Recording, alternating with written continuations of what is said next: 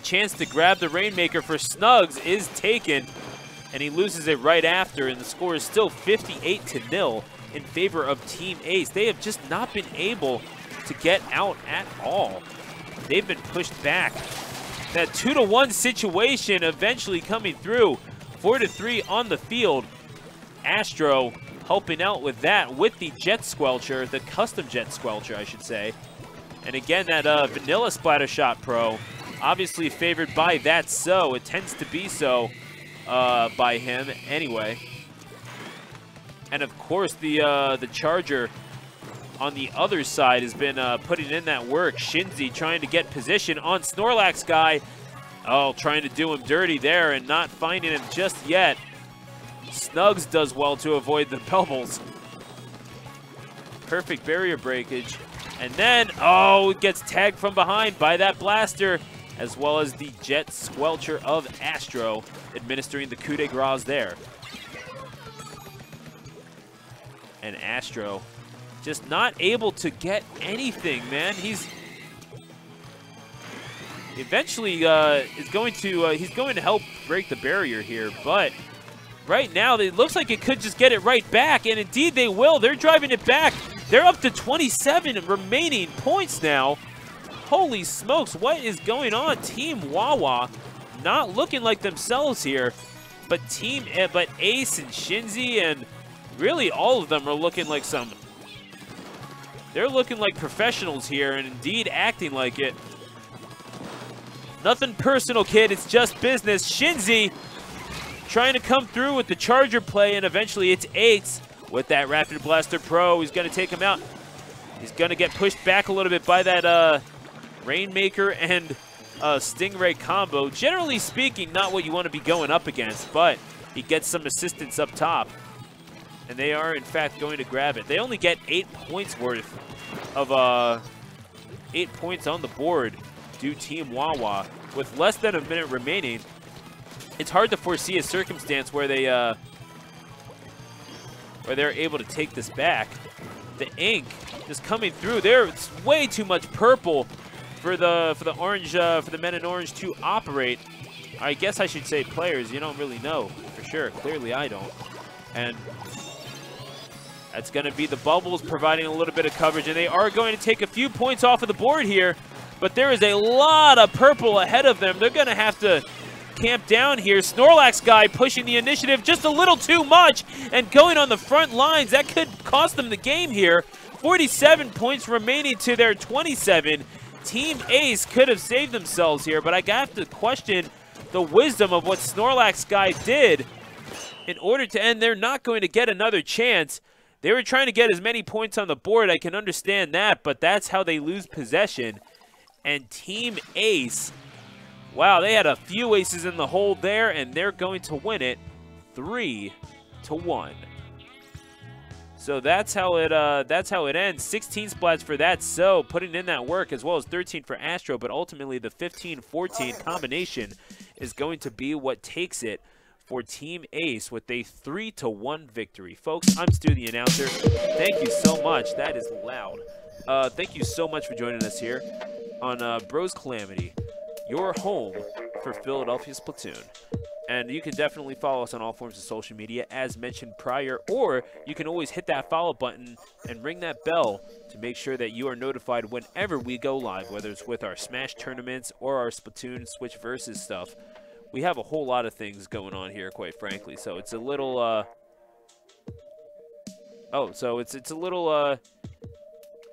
it's a little crazy, not going to lie. Yeah, GG Team Ace indeed. And thank you for everyone who's joining us, whether you're lurking or you're actually chatting. We really appreciate you. So give us a holler in the chat if you have not done so already. We know we have some people watching in England. You guys rock. And wherever you're watching from, you're always invited here to the laboratory. So folks, coming up next, we're going to get another team here on stream. But it's looking like a pretty strong field here. I mean, so strong that Muddy wound up being drafted last in the, or second to last. The last player drafted was that so. Low-key lurk. Oh, EU Splatfest is happening. Oh, right on, dude. Hey, that's all good in the hood, man. Whatever works for yous. And Go ahead, splat it up over there. What is the theme this time? Because I am genuinely curious. We're gonna look at the bracket here in the meantime, and not seeing any teams here still. That is so strange. But folks, we're going to take a quick break and figure out exactly what's coming up next for you on stream. But folks, don't forget, hit that follow button like it owes you some money.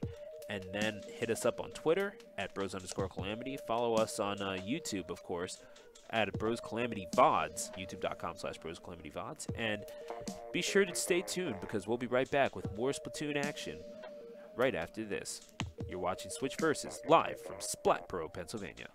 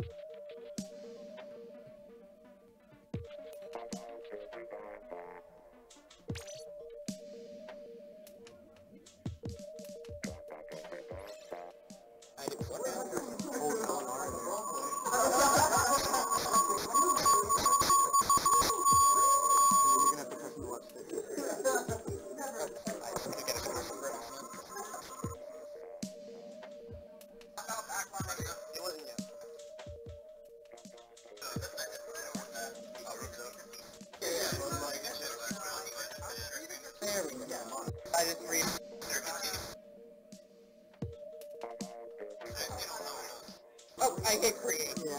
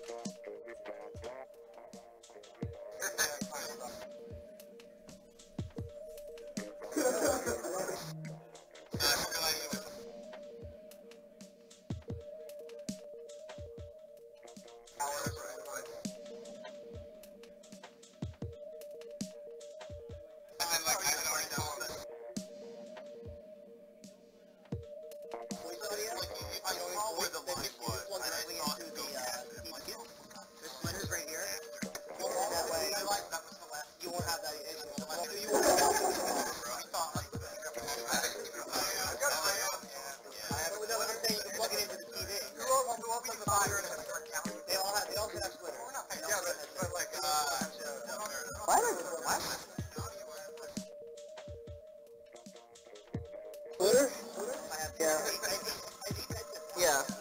It's one of these two, mate. So. No, I mean, because I'm getting audio from like. Oh, gotcha. Like, you know what?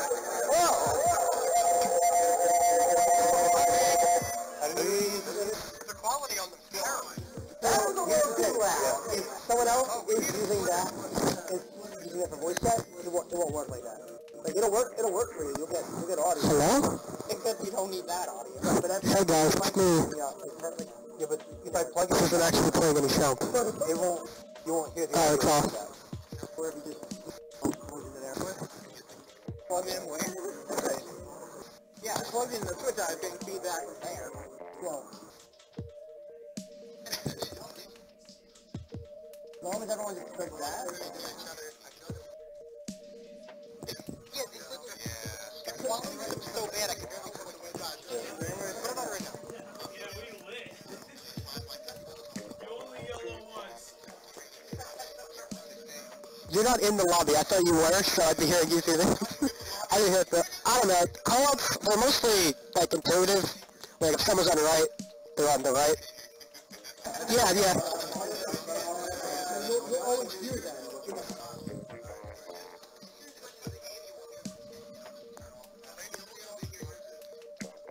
It sounds like shit. Yeah, that's delayed too. It's pretty terrible. Yeah. Well, I don't know if I just heard you because I was looking at you. I got that visual cue. It's in my brain as well.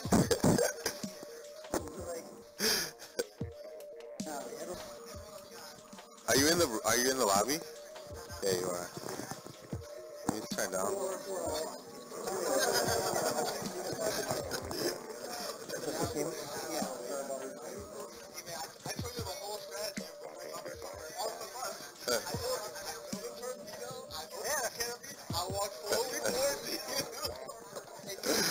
I like the torpedo actually. I told her that. Stop. Take your switch out. Take your poise switch out of the way through.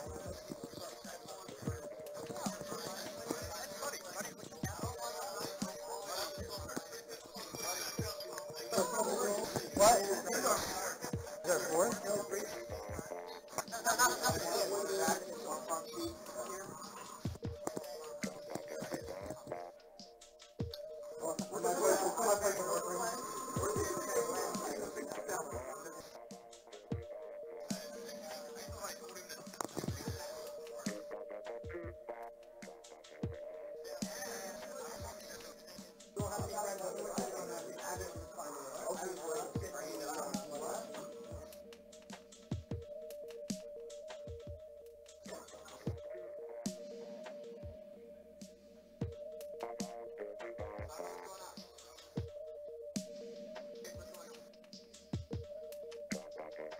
Still missing 2 people.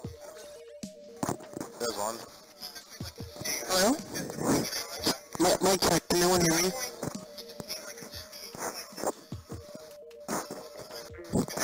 Mic check, can no one hear me? Mic check?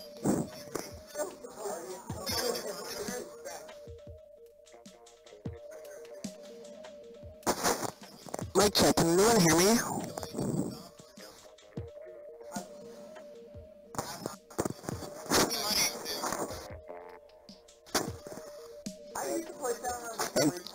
Can you hear me? Everything's fine? Okay, no one's saying anything. I feel like you're all here! Yeah, the audio's really bad. I'd rather not.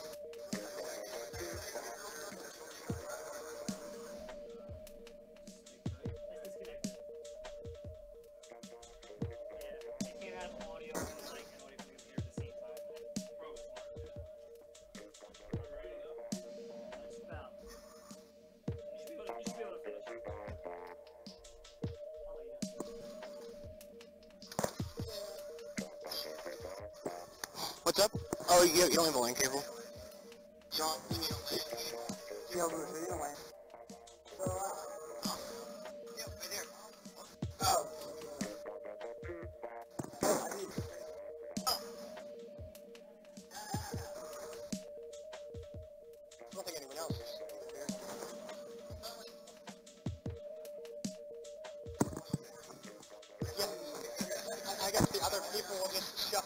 It basically just do the same thing.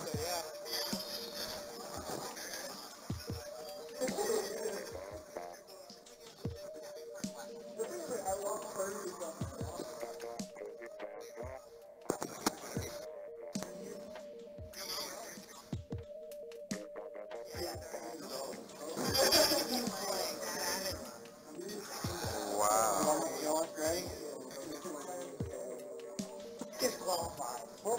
Wow. We almost here. I swear, it's just a game start here. You're on hold? Yeah, I'm on hold with GameStop because I tried to bypass their system.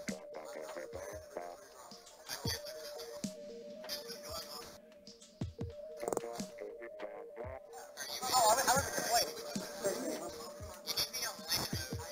He knows. He's in there, but...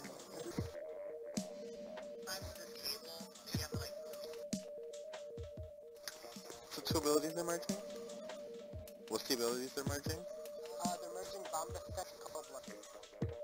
That hardly matters because they're adding a new one called Main House. Really? Possible to get one of those. This is what? Oh, no way. Leave it plugged in. Oh, leave it plugged in until I get it. I hope it increases the damage.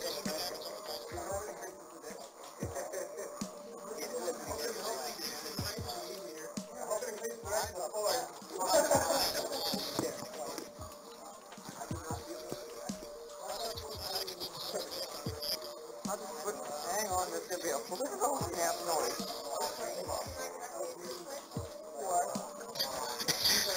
It's so difficult for no reason. Pop it up really fast. Okay. Oh, I like Splash stuff. Accuracy is good.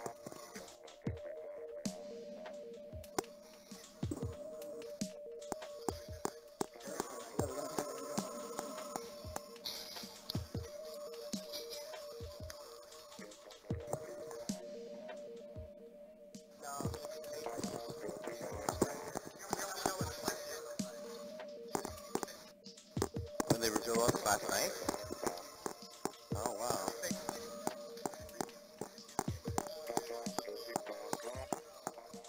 There we go. All ready? Not falling asleep yet? Ready? Yep. Just split them. I'm gonna do great.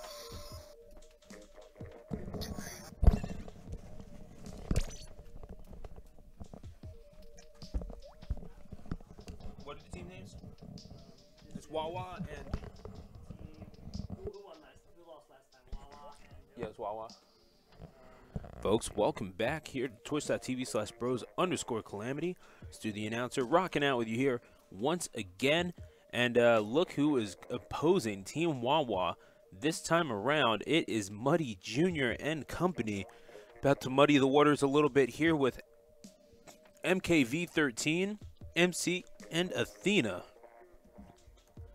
So it's going to be interesting here. Athena, I can't remember what Athena was the Greek god of, and I feel really bad about that. I know Minerva is the goddess of wisdom. Pretty sure it is anyway. And Athena, oh, that was Ares, who was the god of war. Athena was it god of the hunt? No, that was Artemis. Wisdom, courage, inspiration, civilization. Courage, inspiration. So just the goddess of really abstract concepts, apparently. And trying to make an abstraction of Team Wawa here for sure as we get set. Game number 1. Time to control the zones here in Mako Mart. Price check on Splat Zones. That's so. Breaking out the GooTuber. Are you actually kidding me, that's so? Goodness gracious. Apparently he's not. And here we go. The undercover Brella. The Sorella, or whatever that is. Yeah, it's an undercover. Whatever. Either way. Here we go. And now the ballpoint splatling of Astro. It gets taken out in short order. Then the Kensa Splattershot Jr. being broken out as well. Opposing them is the Vanilla Splattershot Jr. Yeah, that can only be one person, and that's Muddy Jr. That's so with the GooTuber, feeling the full wrath as well as Snorlax Guy. And he gets taken out eventually, does Muddy Jr. And that Booyah Bomb, man, that Booyah Bomb has changed the landscape of Splat Zone so much. It's basically the closest thing that you're going to get to the Ink Strike in Splatoon 1. So, it has, oh, wow, that's so, oh, he could not run away from the Splat Bombs. Muddy Jr. doing some work with the oldest weapon in the game. I mean, that Splattershot Jr. has seen some things for certain. And with all the weapons that you can get, it's good to see someone doing so well with the very first one. Now Muddy Jr. Oh, man, he's just sneaking up behind everyone. They don't have a chance, do they? That's so, and Astro almost fell victim to a torpedo, but he does well to identify the threat. Oh, he works so well in close quarters, takes out Snorlax Guy. Could he get the full team wipe? And indeed, he cannot. No, the GooTuber of that so getting broken out and unleashing the dragon. The baller will relinquish control from the clutches of Team MK. And I'm not pronouncing that whole thing. It's MK. We're going to go with MK. And not Meta Knight either. It's just MK. And now they are in control is Team Wawa. They are rolling through. Tags him with the ballpoint splat lane and receiving just a little bit of assistance at the end. In soccer, that's known as a poacher's goal. And Muddy Jr. in close quarters, there are very few people more dangerous. Certainly on the East Coast. Oh, that torpedo coming through, man. Holy smokes, that thing just sneaks up on you, doesn't it? Like a torpedo from out of a U-boat. You just don't see it coming. And then the splat coming through. Astro feeling the full wrath of that Splattershot Jr. And he is back on the field. It is 4-3, an advantageous position for Team Wawa. But MK, that's a trade that I think they'll take. Snorlax Guy doing well to finally stop the rampage of Muddy. And the Ink Strike might as well be the Ink Strike. The Booyah Bomb will provide the advantage needed. Oh, Athena! Holy smokes! The goddess of sniping, apparently, and takes out her opposition there. Athena controlling the zone, looking to get a good aim on that Inkjet, but not finding much of anything. Decides to take initiative and clear out the club with that baller, but there's only so much you can do. That Splattershot Jr., the Kensa Jr. of Snorlax Guy, providing just the right amount of assistance and the bubbles as a preventative measure. Looking to get some assistance in popping from Astro, but MK is going to take out. Oh, that Booyah Bomb, though, is coming through and decides to clear out his local area. And it does not work. There's a 3-2 advantage on the field. Now, it's evened up in very short order, but advantages, or control of the field is still had by Team Wawa. Though Muddy Jr. certainly has something to say about that. Rolls in and just rolls up with the crew. Guns blazing, and that's how he takes back the zones. That was some die-hard level stuff right there. And now Sauce with that undercover umbrella comes through and going to use that baller. It does not take anyone out, but he does eventually get Muddy Jr.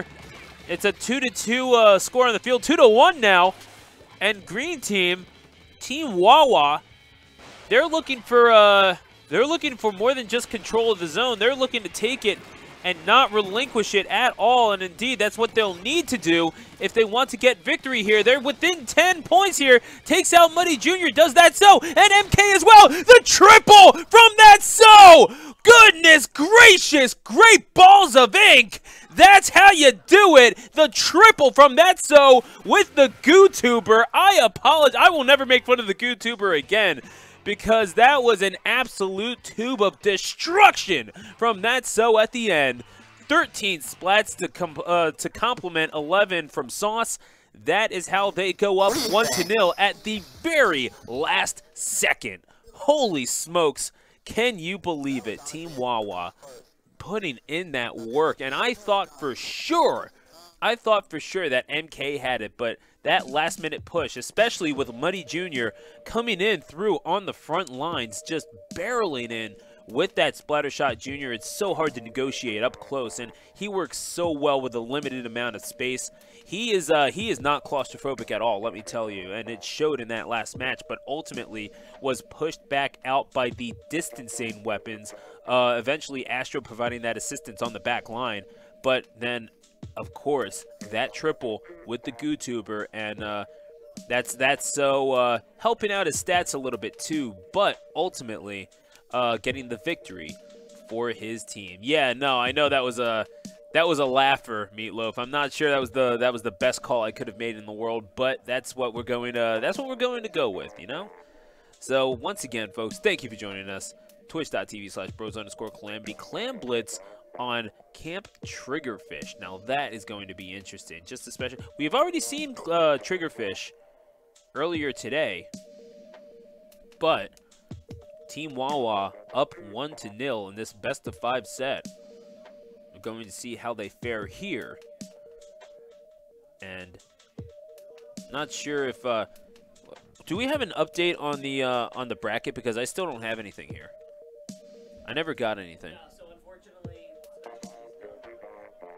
it's limited the team to invite only or something. Really? Huh. I'm not even gonna bother. All right, so the update is that Smash GG is dumb, so apologies for that.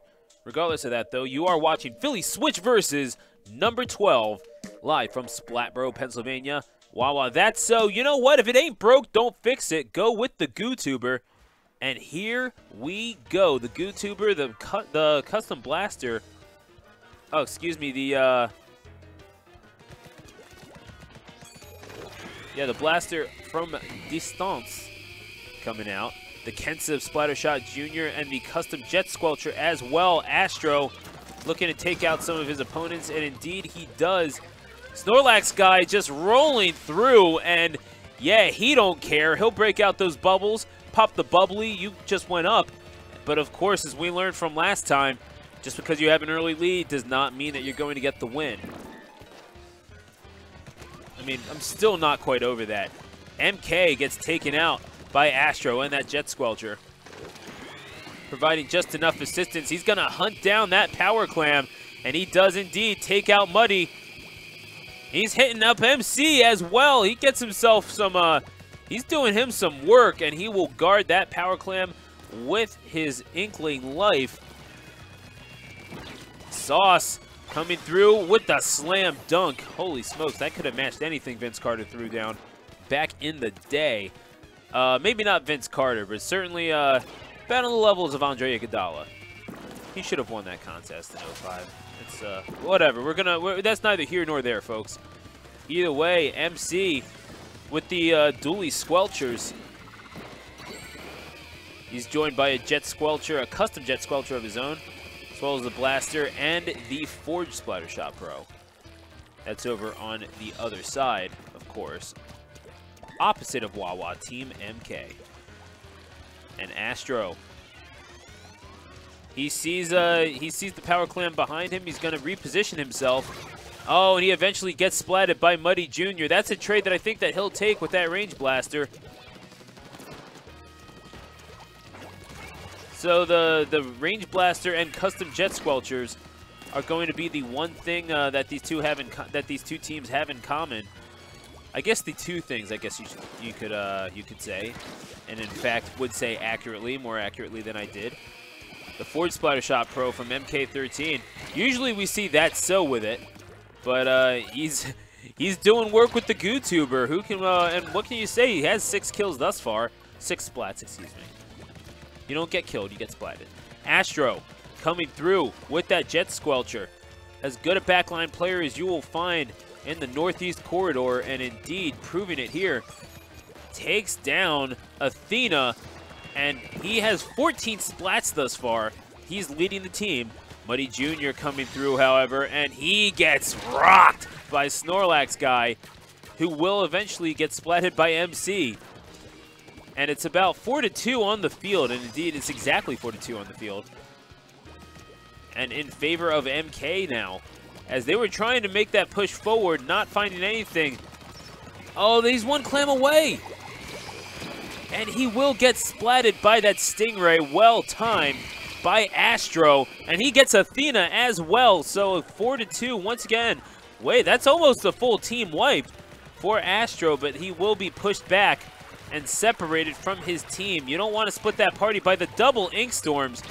He did not see that coming, and that provided just enough assistance for MC to take him out with those dually Squelchers.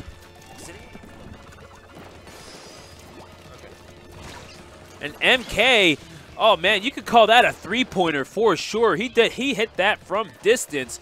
I mean, he did the pull-up jumper and everything. That was some Steph Curry kind of stuff. Uh-oh. Throwing in some more clams, trying to get some more points on the board, but Muddy Jr. was spotted and disposed of in short order. Snorlax guy gonna collect the clams. The quote-unquote pity clam. Snorlax guy kind of circling around it. But they know that they're going to need there's some room with which to move if they are going to go forward. Taking a look at the positioning of everyone on the field. Oh, the splat down. Holy smokes. That's so straight up stomps out that Inkling. Trying to oppose him. MC with the Ink Storm. That's going to help push forward, or at least push back a little bit from the resistance that Team Wawa has been providing. Team Wawa, though, they do have the lead, and I think they'll be okay with that. And indeed they will be, as long as they can take care of whatever preventative measures will be necessary here. Is that going to do it? Indeed it is. They had no more power clams to take to the basket, and Team Wawa, well, that's how they go up 2-0. Not quite in as exciting fashion, but a 42-29 victory. A win is a win, and that's it is what it is, and it do what it be. Astro with his 20 splats will certainly tell you that. And accompanied by 15 and 13 to go along with it. They were just taking people out right and left, getting off to that early start. That was crucial for their victory. And, of course, Snorlax guy getting in everyone's face in that particular matchup, providing just enough assistance, and, of course, getting some splats of his own. So, beautiful stuff from Snorlax guy and really everyone involved. But, MC Athena was doing a pretty good job, but just was not as pronounced as she was the last match in that Splat Zone's Mako Mart. But that's there's only so much you can do. You can't win them all, obviously. So Tower of Control at Muscle Forge Fitness. That is now. This is where things get interesting, because Tower of Control already a pretty. I guess it varies from stage to stage for sure. But hey, if you would like. Yeah, for sure. Joining me on commentary at this time. Y'all know her. Y'all love her. Go ahead. You can go ahead and introduce yourself, though. Yeah, come on. I'm Shinzi, and I'm the Charger. Yeah, we saw that, and we saw you putting in that work with as part of Team Ace. Now, go ahead and take us through the last set that we saw you on stream with against Team Wawa. And it's not often that we see people like Astro and that's so on the losing end of things, but you keeping them at a distance, outranging them with that Charger. You were hitting pretty much every single shot that you took, but that last-minute shot, especially in Splat Zones, game number 1. Oh, you're talking about, like, between the bubbles? Yeah, between the bubbles. God, I call that mostly lucky. I mean, hey, you know what? No, come on, play it up a little bit. I mean, you got that. I don't know. I mean, it worked out, is what is the important thing. Well, time to ride the tower here at Muscle Forge Fitness for game number 3. Team Wawa looking for the sweep. MK, they're just looking to get on the board. Muddy Jr. and company, he's breaking out the splatter shot this time, not going with the Junior. And he's joined by a Firefin Charger, a Kensa Splatter Shot Pro, as well as the Tri-Slosher Nive. As well as, is that? Yeah. Yeah, no. pardon my French. I don't know. It's all Greek to me. That so gets taken out by Athena with that charger. Them peak shots, those are pretty good. And no, nothing to mess with that charger is Athena, and she's just sitting on the she's just sitting on the tower, no fear whatsoever, and they've already got that counter halfway down and past the second checkpoint. That's so and Co just not able to do much of anything. They keep getting pushed back. MC looking to join his team, but I'm not sure they really need his help right now. But the double splat, Astro, and that's so doing just enough from distance, but they retake the tower anyway. What is going on with Team Wawa right now? The GooTuber is like pulling out the shots too. I see that. Yeah, it's just such a strange sentence to say. But at the same time, they could just let that tower reset, but they really don't want to take any chances in letting them letting Team MK retake it. And now Sauce, they do get their own points on the board. They have the counter. They've got 15 points exactly right now, but Athena gets taken out, but not before splatting someone of her own. It's 1-2 on the field, although it will shortly be joined by that so Will Snorlax guy, who's riding the tower and getting it down. Oh, but he's going to get taken out, or at least that's so. And of course, Sauce was as well. So they are going to retake that. So they are going to retake the tower. Is Team MK, but take us through the beginning part of that match as they retake it.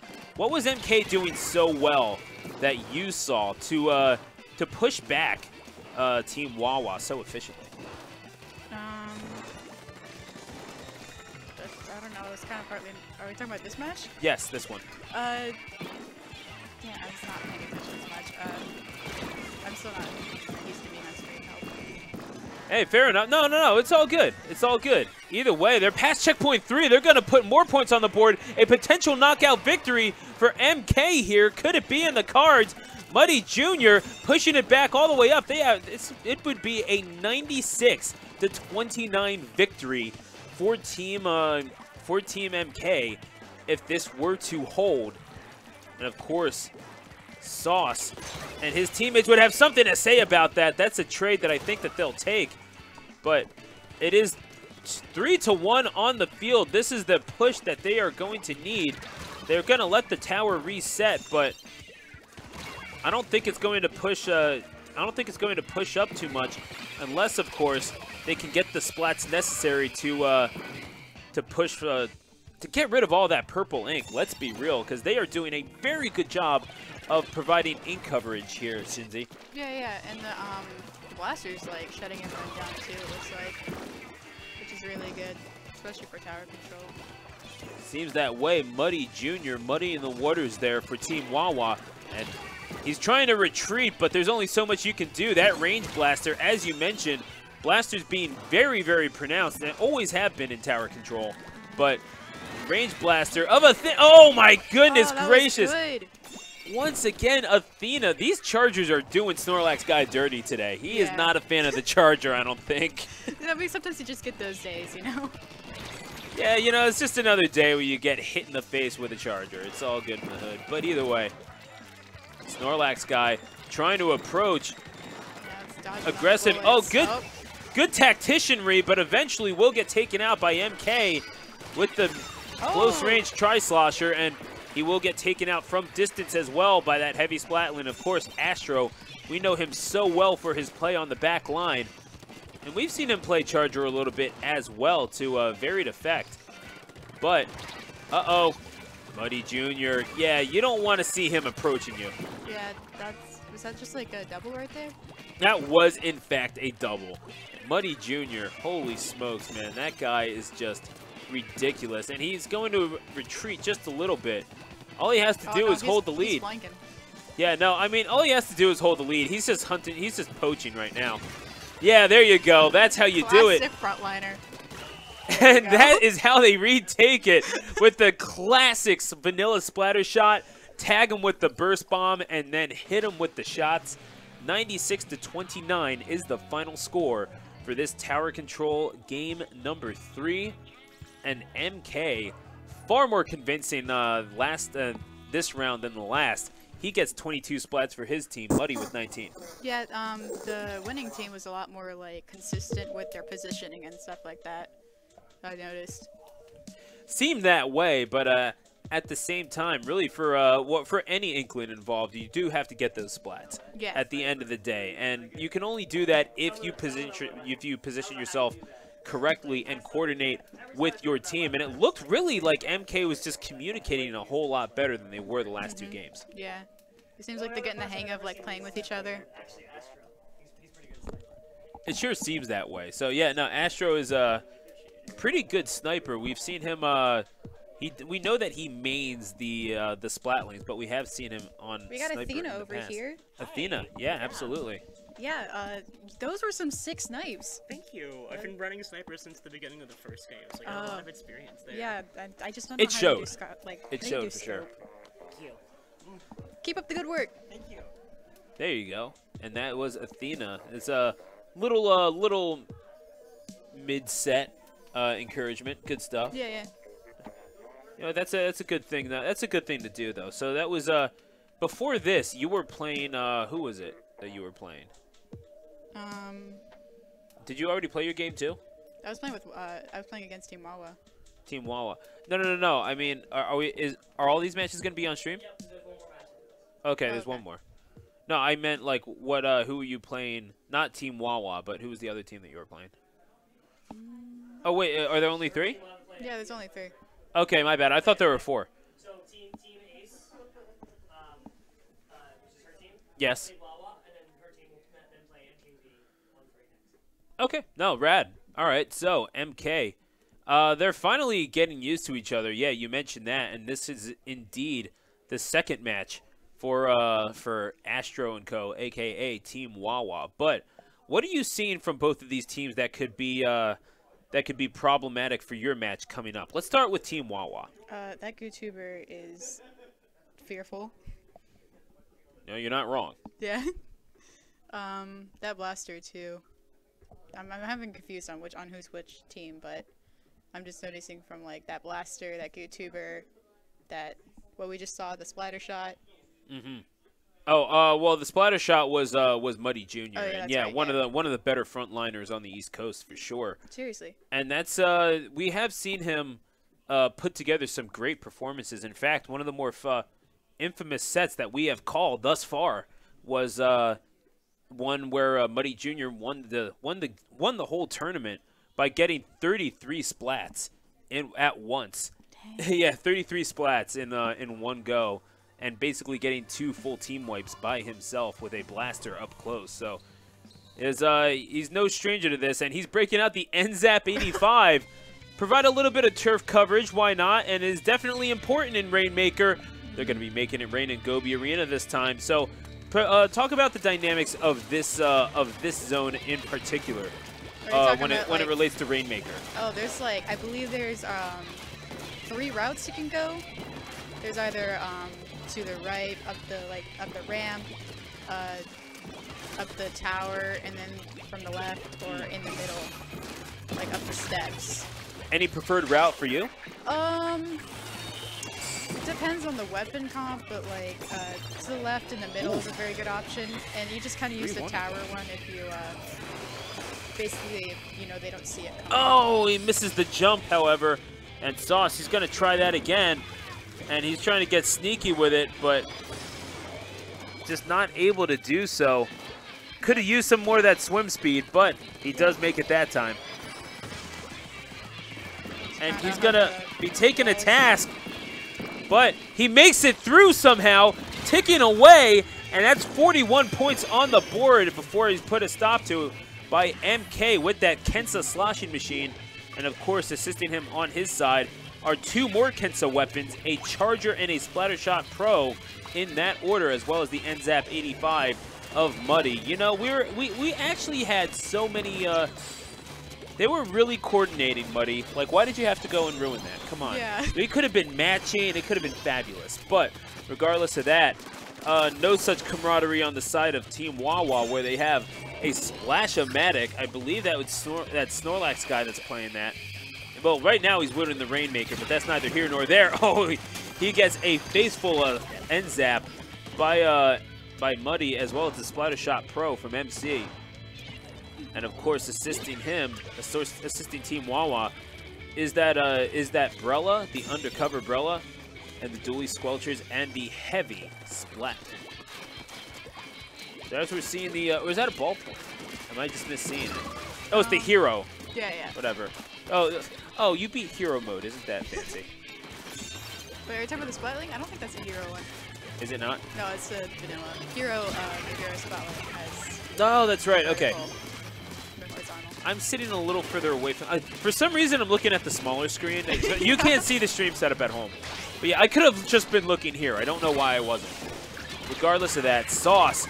Holy smokes, that had some ghost pepper in it. That was a spicy one. But Athena wound up taking him out with that Splat Charger. It is 3-4 on the field now, and Sauce. They're just trying to prevent the charge from happening. Uh-oh, it's 2-2 on the field. Could be advantageous for the green team, but that is a team wipe. They just could not get the Splat. That's so getting right up in their face, and wisely so. Yeah, I mean, it's going to be a minor setback through the team wipe, but we'll see how it goes. And if you're wondering who they're cheering for in the chat, Shinzy, it turns out it's you. So you definitely have some fans out there. Well, actually, I have people from my group, my Splatoon group, watching this, so... Right on. So shout out to Milo, maybe Jim if he's watching. Absolutely, and they can all follow me on Twitter at @StuTheAnnouncer. Anyway, sorry, that's I get into self-promotion mode. It's hard to break out. They were complimenting you. They said you were good. They liked your metaphors. Oh, thanks. I do appreciate that. Muddy Jr., holy smokes, like a snake in the grass, coils up and strikes. And could he get another one here? But that's so. He sees him coming that time, and it's still the 41-14 advantage being provided here in favor of Team Wawa. That's so and company putting in that work, and that Charger has a special ready, but oh, Athena gets taken out, as does Muddy Jr. If blue team wants to make another push, now would be the time to do it, but they will in fact let it reset. And why wouldn't they? I mean, it gives them a chance to establish the line and push it up just a little bit further. But turns out they might not even get the chance to do that, because Muddy Jr. is going to take the Rainmaker, and this could be their last stand here. There's only 17 seconds to go. 15. See, this is why you don't count live. Oh, but they're going to lose the Rainmaker. Beautiful defense by Team Wawa. Is this going to be the coup de grace administered here? 3 seconds to go. Athena gets taken out by that so. The double by that so. So close to a triple right there. Well, you know what? What I can tell you, one thing is for sure, it got triple points. A 3-1 victory for Team Wawa by a score of 41-22 in Rainmaker. Red Matt, thank you for the compliment, my man. Or person. I don't really know. Either way. Yeah, person. I'm not one to assume. Yeah, so don't assume. Yeah. Never assume. Fair enough. Absolutely. So that is how it ends up. By a score of 3-1, Team Wawa will go undefeated through this. Well, not undefeated, actually. That's their first win because you beat them. Oh, yeah, that's right. Yeah. Yeah. The thing is that sometimes they just look so dominant, you just wonder why or how they could ever lose, and then you remember, oh yeah, that's right, they lost to Team Ace. So you're going to be playing MK13, I guess, for they're trying to play spoiler. You're trying to play for the tournament victory. Oh yeah, yeah, that frontliner is something I have to watch out for. Muddy Jr. for sure, yeah. And the thing is, he usually plays the Vanilla Splattershot Jr. So yeah, that is yeah, the very first weapon. I see that he takes a lot of detours, so that's good to know. Like, always watch your backs. Yeah, no, he definitely likes to flank. He's very aggressive. He's very in your face. Though I will say, when you're approaching with someone like that, does that throw you off of your game plan a little bit, or is that the sort of thing that, with the proper planning in place from the rest of your team, that you feel like you can negotiate? I don't know. Honestly, I'm still not used to fighting off against like flankers, so sometimes they will mess me up. But I mean, that's why I always make sure to keep an eye out, but like, you know, I always have to either move or hope to God I can shoot them. So. Fair enough. I mean, that would usually stop them is the sniper rifle to the face. So Yeah. there's it's just rather can you charge up before they get you. fair enough. And folks, alongside Shinzi, I am Stu the announcer. I will wish you the best of luck Yeah, in thank your you. upcoming match. But frankly, when you have skill, who needs luck? You got it. And folks, thank you once again for joining us. Twitch.tv/bros_calamity. Jay Moosh is helping me out behind the desk, and I'm going to ask him one time, hit him with the ad slides. He already knows. What can I say? Bros Calamity VODs. That's where you're watching this on YouTube. That's where we're watching the highlights and highlights from past tournaments. Bros_Calamity on Twitter, the Gaming Lab _ on Instagram, and of course Facebook.com/the Gaming Lab. Kyrie, how are you doing? Good to see you here. And of course, join our Discord. We like spreading the brotherly love to everyone watching. So if you feel so inclined, definitely do so. Definitely do so. Holy smokes, that match was so intense I'm hiccuping. How does that happen? And joining me on the microphone at this time is Astro. Welcome in, my dude. Good to see you. Thank you, man. How are you doing? I'm doing quite all right, thank you. So, Astro, gotta ask you, going through that last match, we definitely saw you, oh my god. I am invisible, except the dew. Yeah, do. Well, I mean, he was, what can we say? We know that Astro, we know that you do the do now, I guess. But man, you were doing that work, I will say, the first 2 games that we saw on stream. Double-digit splats in pretty much every single... Raptura helping out. What is it sitting on?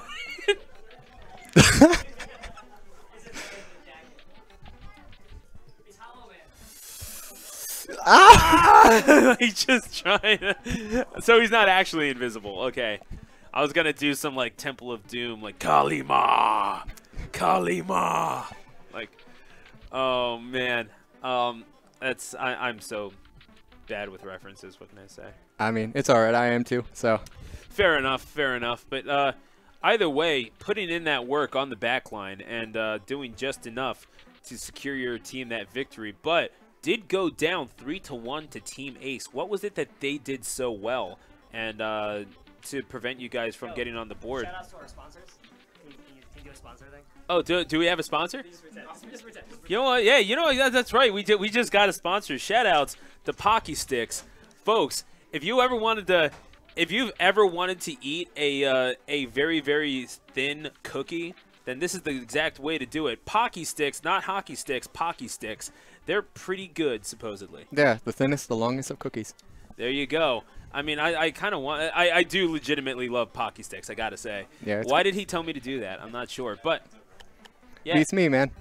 Hey, I'll take it either way. And hey, Pocky Sticks, if you do actually want to sponsor us, hit us up on Twitter at bros_calamity. Really appreciate you. I would chill Pocky Sticks all day. I love them. Yep. But to answer your question from before, Yeah. On a team, it's always more important to have a really strong front line and a mid line that can support it very well than it is a back line. Obviously, every role on a team is extremely important, but mid line and a back line are going to have nobody to support if the front line's not there. And in our set versus Ace's team, Ace is honestly one of the best midliners out there, at least in the United States. Yeah. I think we noticed that. Yeah, one of the most well-known as well.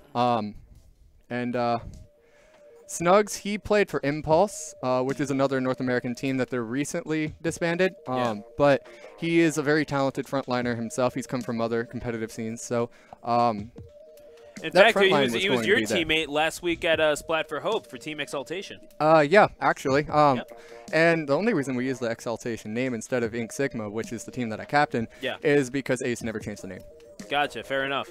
Well, that's nonetheless, that was the name of the winning team, and Rose by any other name is just as sweet. So definitely some pretty sweet performances from Snugs and yourself last week, and certainly putting in that work this week alongside Ace, who, despite the name, was not using the 96 Deco. No, he did in Splatoon 1. Yes. But it's been a very long time since he's actually made that weapon. He plays a lot of Splattershot Pro, which is actually not the most meta of choices. So it's pretty hard to find, though I guess here That's So also plays it. He plays it for Atramentum. But Ace, he also plays a lot of Rapid, which at last spring or so, it was extremely meta. It's definitely fallen off with the dueling meta, however. Yeah, fair enough. But I mean, I guess the joke that I would make is that it's not part of the meta because you actually have to aim with it. But that's me, the casual. What can I say? Well, Brush is, it's sort of semi-meta in Japan, so. You're not wrong. And well, that's that is Japan, and they do have a way of making things work over there. I will say that. And definitely, they have a very interesting meta. There's a lot of Brellas. There's a lot of Tentabrellas. There's even Brush here and there occasionally. They'll run a lot of Rain. They'll run a lot of Bubbles, occasionally with Array. Chargers are in all scenes everywhere around the world, in Europe, in North America, in Japan, in China, Hong Kong, and in Australia. Chargers are the most meta backliner, however. And of course, as a Splatling main, it hurts me, man, because Chargers just destroy me. I understand completely. But at the same time, it means that if you can't beat them, join them. Well, I don't play a whole lot of Charger. I do play some. We noticed that the first couple of Switch verses that you came to. You were playing Charger at a pretty decent level, honestly. Yeah, at a really high level, my Charger's either one match great or the next match pretty awful. I don't run a whole lot of it, and that's why. But hey, Empire Arcadia knows all about your Charger. I'll say that. So there's something to be said. Like Triforce knows your Charger. Oh yeah. Well, it's pretty safe that if you're going to be facing off against a team with a Splatling, just pop a Charger, and you will. If your Charger is good, they will essentially just disable the Splatling on most maps. Not all. Fair enough. And we saw two Chargers that were pretty prominent throughout this tournament, and indeed will be throughout this matchup. Athena and Shinzi. So we saw Shinzi do pretty well for herself last time against both of you, especially that one match, game number 1. Snorlax guy hitting him right between the bubbles. It was an incredible takeout that probably saved them the match. But here we go, Skipper Pavilion for Splat Zones. Now this is where things get interesting because Skipper Pavilion, pretty well, let's just say it has its quirks. Yeah, it's got its quirks. Actually, the way that this map is designed, one team has an advantage over the other, especially if you're running Chargers on your team.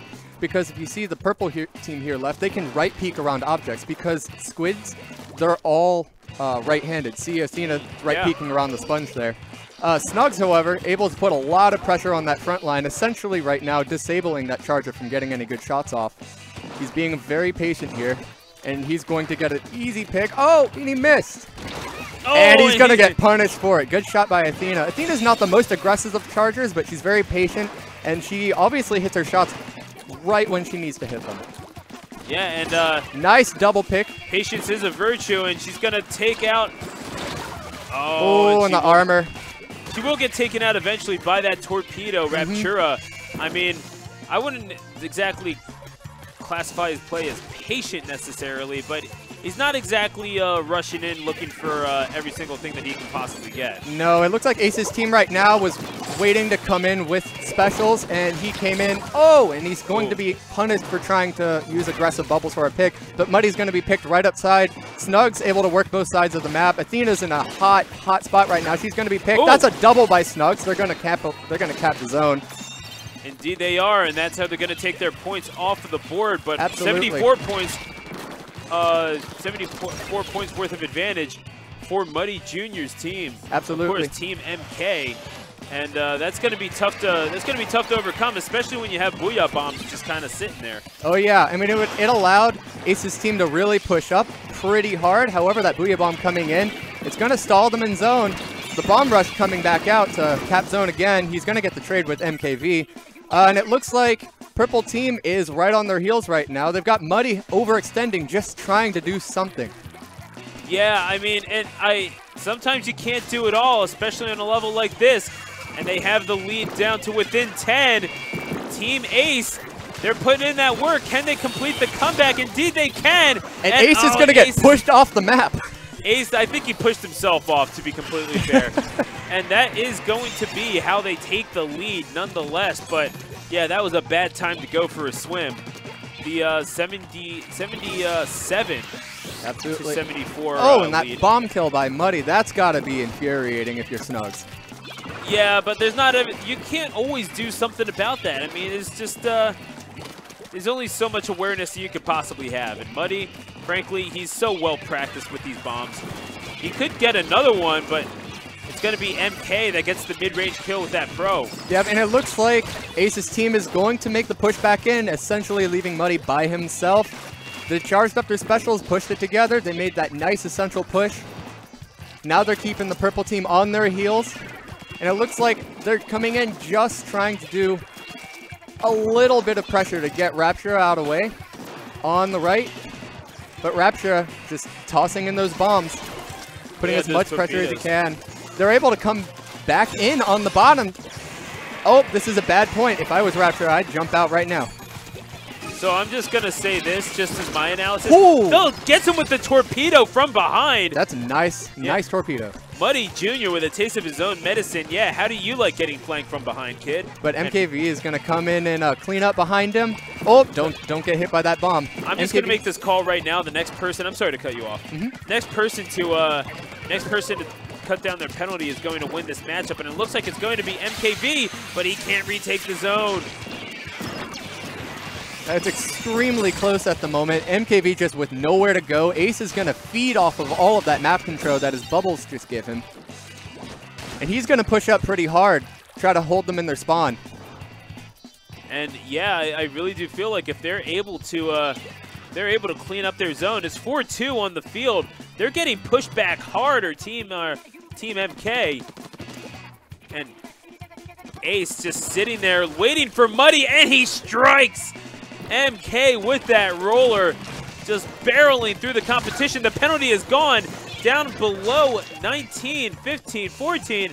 Muddy Jr. He's one just last got to push. come in, and they're waiting. They're sharking. Oh, they have the map control. This is going to be game. That's the knockout blow, and the dualies proving to be just too much for Muddy to deal with alone, and that is a dominant knockout victory within the final minute for sure. But I mean, there's only so much you can say about what you saw from Team Ace, especially what we saw from Snugs with those 14 kills with those dualies. They just could not get past that front line. Absolutely. And part of it was that, ooh.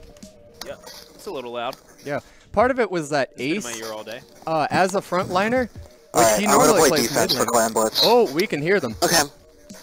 Yeah, this is true. Going for Clan Blitz. Just like push though. And as we get set to see what stage is going to be played. Once again, thank you for joining us here at twitch.tv/bros_calamity. You saw the social media stuff, but hey, if you want to be notified of when we go live with our Smash events, sometimes we do Splatoon, sometimes we do a little bit of, some fun stuff. We'll have Deli come in here, play Mario Party with some of the crew. If whatever the case may be, if you want to follow along, hit that follow button like it owes you some money and ring that bell. That's when you'll be notified of every single time Bros Calamity goes live, so you can catch all the action live from Splatboro, Pennsylvania. Absolutely. So we're able to actually pick up the teams and their communication with each other. Are the viewers able to hear that as well? I don't know about that, quite frankly. I know that I am. That's all I can really. That's all I can really say. And if you could hear, definitely let us know. But Muddy Jr. and Ace, they seem to be ready to go. I can only imagine it's some variant of a Splattershot Jr. that Muddy Jr. is going to be breaking out. Absolutely. Though he will bring a range blaster from time to time when his team really needs a lot of offensive pushing power. And I would not be surprised if he brings it out this time, especially with the way things went in that last match. His paint control was just not enough. At the end there, he was forced to rush in, and, against map control, you're just not going to be able to do anything without actual pushing from your team in general. Your armor's going to only do so much. Omega, we wish you could be here too, my guy, but you're definitely always welcome. Hey, if you're not doing anything, afterwards, you can join me on my stream. Just saying, it's why not? It's good. It's a cool thing to do. It's what all the cool kids are doing. But either way, going out for Clan Blitz on Kelp Dome. Now, I always had trouble negotiating this map. I, for whatever reason, am no good at Kelp Dome. No matter how much I practice, I cannot figure out a way to consistently get around and deal with oppositions. There's just it feels so wide and yet so cramped. You know what I mean? Kelp Dome. It's a fantastic map for Splatlings. Overchargers, actually. It's one of the few where sometimes you'll see Splatlings run more than a Charger. The way that Kelp Dome is designed, it's actually essentially 3 maps stuck together. So the top left here and the middle section and the bottom right section are essentially 3 different sections that you will, as a team, have to learn to control together. And so it takes a whole team effort to essentially control the whole map and work up pushing power. You'll push into different parts of the map effectively. Clamblitz, however, you don't need to control all parts of the map at one time. However, with one team running a brush, it's going to be essential that MC's team right here actually has map control. And he was the only one that didn't die at the beginning there. It looks like Ace's team is just putting up an awful lot of offensive power to start off this match. Yeah, MC breaking out his inner Jackson Pollock for that ink brush, excuse me, along with the Jet Squelcher. Every time I do that, Moosh laughs, and it's amazing. Just without fail. Along with the forward splatter shot pro and the blaster. Double. Oh, the Shinzy.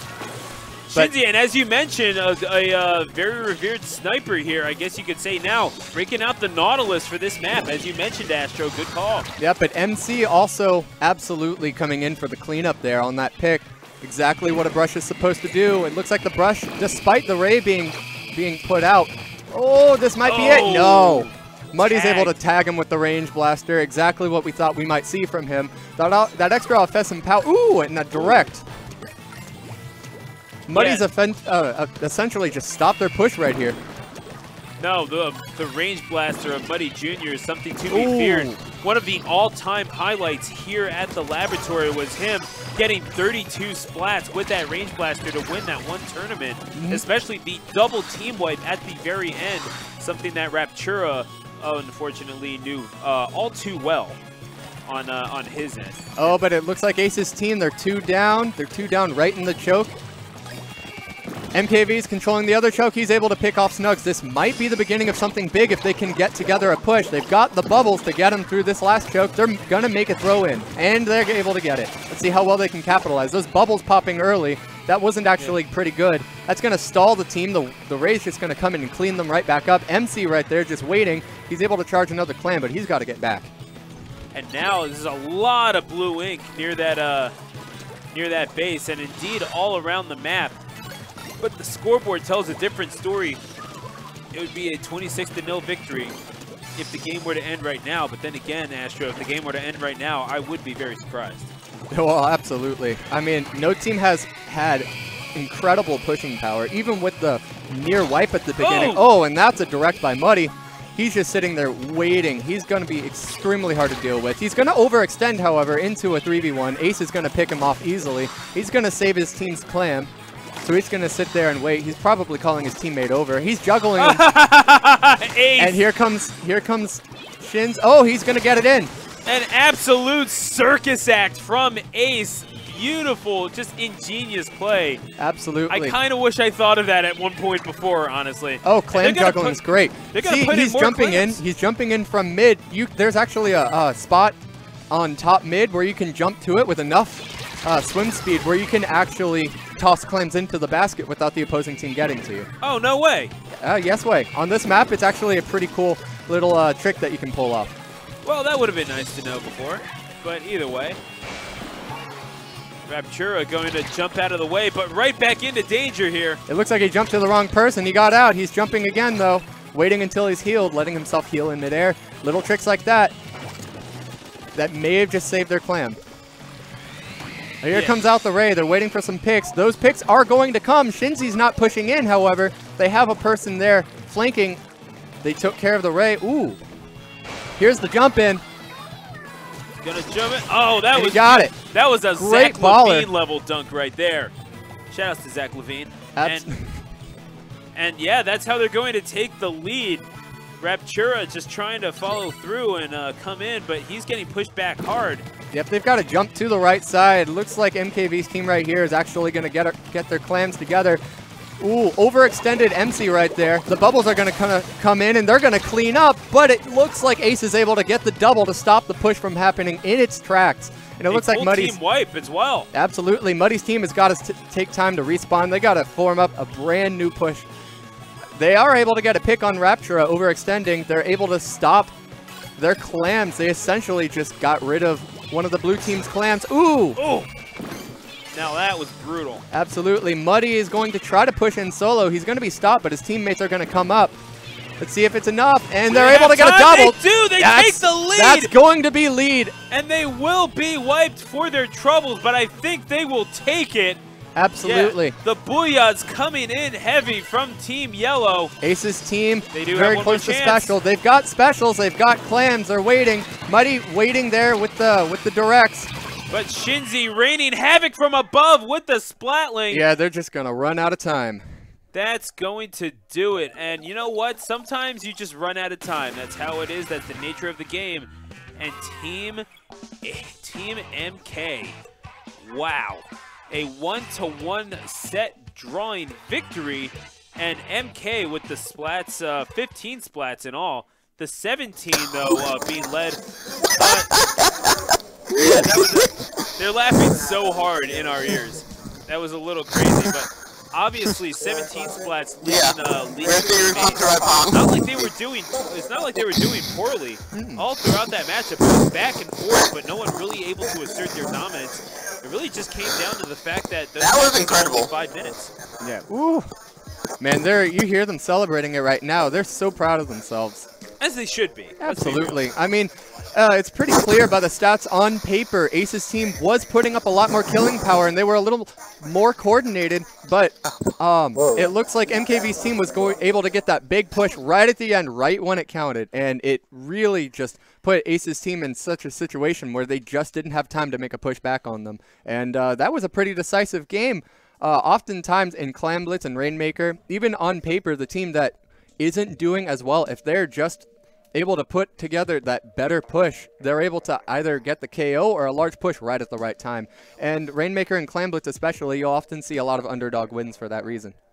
Yeah, and you, I think you mentioned before as well, I mean, the Clam, what in the world was that? The juggling that we saw from Ace. I mean, that alone I feel like is worth a point on the scoreboard, but unfortunately we're not at liberty to give that out. Yeah, but unfortunately, that is how it ends in a victory. Sometimes an individual effort like that just is not enough. And MK with the 1-to-1 set draw right now. And as we go to Rainmaker for Gobi Arena, you saw the compositions for both teams, how they generally like to play. Who do you give the edge to? I honestly give the edge to Ace's team. Again, they've got Ace supporting a real strong front line in Raptura and Snugs. Their back line is aggressive, but is hit or miss. I found in playing against them that you could actually move with certain movement patterns, and they were an easy pick because they would miss a shot. They would expect a different one that you commonly see in solo queue. But they have an inexperienced backline, and that's going to be the fall for the team. If Muddy's team can just, outflank them, pick out the backline, and turn it into essentially a 3v4, that's how Muddy's team is going to be able to pull it off. And we know how Muddy likes to flank. Absolutely. And playing against Muddy, you're always on edge. Muddy is an extremely strong slayer. Even with a junior for some reason, he's able to slay like a frontliner, which is unusual. Well, I mean, he just approaches, gets as close as possible, and then fires. Like, what are you going to do? You're not missing from there. So I found Muddy isn't the most patient of players, so he'll often put on some really aggressive movement that is punishable if you are a backliner. So if you're watching for the flanks well, it is punishable. So we'll see how Ace's team is able to adjust to that, and if Muddy's team is able to flank effectively enough to pull something out. Looks like Muddy this time out, we're bringing the range blaster, so he's going to back off and keep himself at a safe range. He's not going to have enough ink right there to be able to do anything, so he's going to back off and put himself in a new situation. And it's the team's namesake breaking out the Kensa sloshing machine of all weapons. We're used to seeing those machines from Raptura, but he's going to get taken out. And essentially, a delayed wipe is going to get Ace's team all the way up to 37 on the opener. And that's a huge, and that's a double right there by MKV. MK, holy nice smokes. defense. Just curb stomping Shinzy and Snugs. And that's going to take, that's going to give them quite the advantage going forward. Hopefully enough to get points on the board for them. The rain cloud going to come out. And right now, it's going to be Ace. I mean, providing just enough pressure to distract MK away from objective. And they can only get the Rainmaker back to the middle, unfortunately. Yep. And Shinzy doing her part as well, lurking from above. And again, not that aggressive, but going to push forward a little bit with that Stingray. Ooh, and the Stingray is missing. She's going to get punished. Her teammate's able to back her up, but that Inkjet, she's going to miss the flick on it, and she's going to get punished extremely hard. That would have been a time to back off. A backliner versus backliner fight right there. She's going to lose. And, I mean, those are the sorts of things that come with experience. Shinzy has all the fundamentals down pretty much, but just when you're in terms of working with the team, sometimes you just got to learn things the hard way. MKV is pushing alone there. Ace is going to be able to punish. MKV is weak, and it looks like he's going to be stopped just short of a lead. Snugs is able to come in right below him. They got it down to 50. get the punish on the flank right behind their push. And Snugs, I mean, helping to stop that push, but they do get 52 points on the board. Do Team Ace. Now MK, well, he gets tagged there. Could he get a triple here? He does. And he does on Athena. Snugs. Snugs is a frontliner to watch out for. He is essentially right now in the scene a prospect player because he's been very good in other competitive scenes. A lot of teams right now have been watching him and looking out for him. He is one of the best new players in the Splatoon competitive scene. And you see it right there. He's able to pop off. Athena right there. In the face of Athena. Holy smokes. Godlike precision on the snipe. And that is how that particular push stops. And now trying to clear a path for MC, but unsuccessfully gets stopped even before making the fence. Yeah, the thing about Ray is it's not an initiating special for a push. It's really a support special. So unless you're dead accurate with your Rays and can really knock people out of position, your Ray is going to need to be smartly popped. Ooh, Snugs is going to get one, and his teammate's going to clean up for the double. It's 2 down. He's got an Inkjet for a push. He's essentially knocking them back. However, he could get sniped if he's not careful right here. Yeah, he was inkjetting like he was afraid there. And then and I don't blame him, although he does take out Muddy, who overextends. And really, they're just not able to get into their territory at all. Our Team MK. No, it looks like Ace's team is just doing the better job at the moment. However, it is Rainmaker, and ooh, Muddy's team could put together that extremely strong push right at the right time. Muddy is able to pick off the front line right there. An inopportune time to fire an Inkjet. It looks like he's going to pop it a little bit prematurely for a push, and that's going to leave them without an Inkjet for their push right here. That's not what you want to be doing. Yeah, no, as solid a technical player as Muddy seems to be, he is he can be a little impatient, and you absolutely alluded to that before. If that impatience is what winds up costing players all the time. I mean, trying to overextend on pushes, trying to do things by yourself. And I don't blame Muddy for thinking that he has to do it. He has not been getting a whole lot of help up front. But at the same time, you kind of have to rely on your teammates, especially at high-level competitive play. Absolutely, and that's why a backliner is so important. Not as important as a front line, because the thing that a competitive team is going to have in terms of a team comp, they're going to have a backliner, they'll have a midliner, and 2 frontliners, or sometimes you'll see variants. You'll see 1 frontliner, 2 midliners, or 3 frontliners, no midliners, but the way that the different roles interact is extremely important, because a backliner essentially needs that front line to be able to push up and put pressure on the field, but the front line needs to be able to push up, and the backline allows them to do that. And the midline essentially fills in, paints, plays clean up, and plays a smaller supporter role for the front line and helps protect the backliner, because the backliner is going to be an extremely vulnerable position on the team. And we need, as a competitive team, the backliner to die the least. The backliner has to create jumps in so the front line can keep pushing and putting pressure on the field. Yeah, and the backliners were pretty much well taken care of last match. Absolutely. Shinzi with only 7 splats and Athena with 5. But that's I think they'll take that, because everyone else on the winning side, Team Ace, had double-digit splats. Snugs with 16, Ace with 15, Raptura with 13. So it's pretty weird to see a sloshing machine on the field and not have it belong to Raptura, at least on a personal note. But at the same time, putting in that work with that Brella, what has changed in his mind, in your opinion, that made him go Brella over his trusted washing machine? Well, the new undercover Brella is an incredible painting weapon. It puts so much paint down on the field as a midliner that your front line can essentially push up freely. And allows the back line to push up even more with so much paint on the field. And it looks like because of the undercover, Ace's team is essentially running a painting comp that allows them to be extremely aggressive. And it hasn't looked like Muddy's really had the answer to that. He's essentially tried outflanking them, but with so much paint on the field, it's extremely hard to flank, and it's easier to watch for flanks.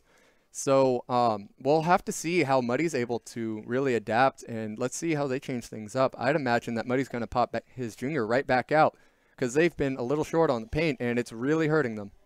This is true. So as we approach tower control, where again you have to ride the tower, it's just as it says. You have to control that tower and ride it to a certain point in that in your zone, where you in your opponent's zone, excuse me, where you can eventually get a knockout victory. As we saw last time, Rainmaker, pretty much the same thing, except you're carrying something yourself.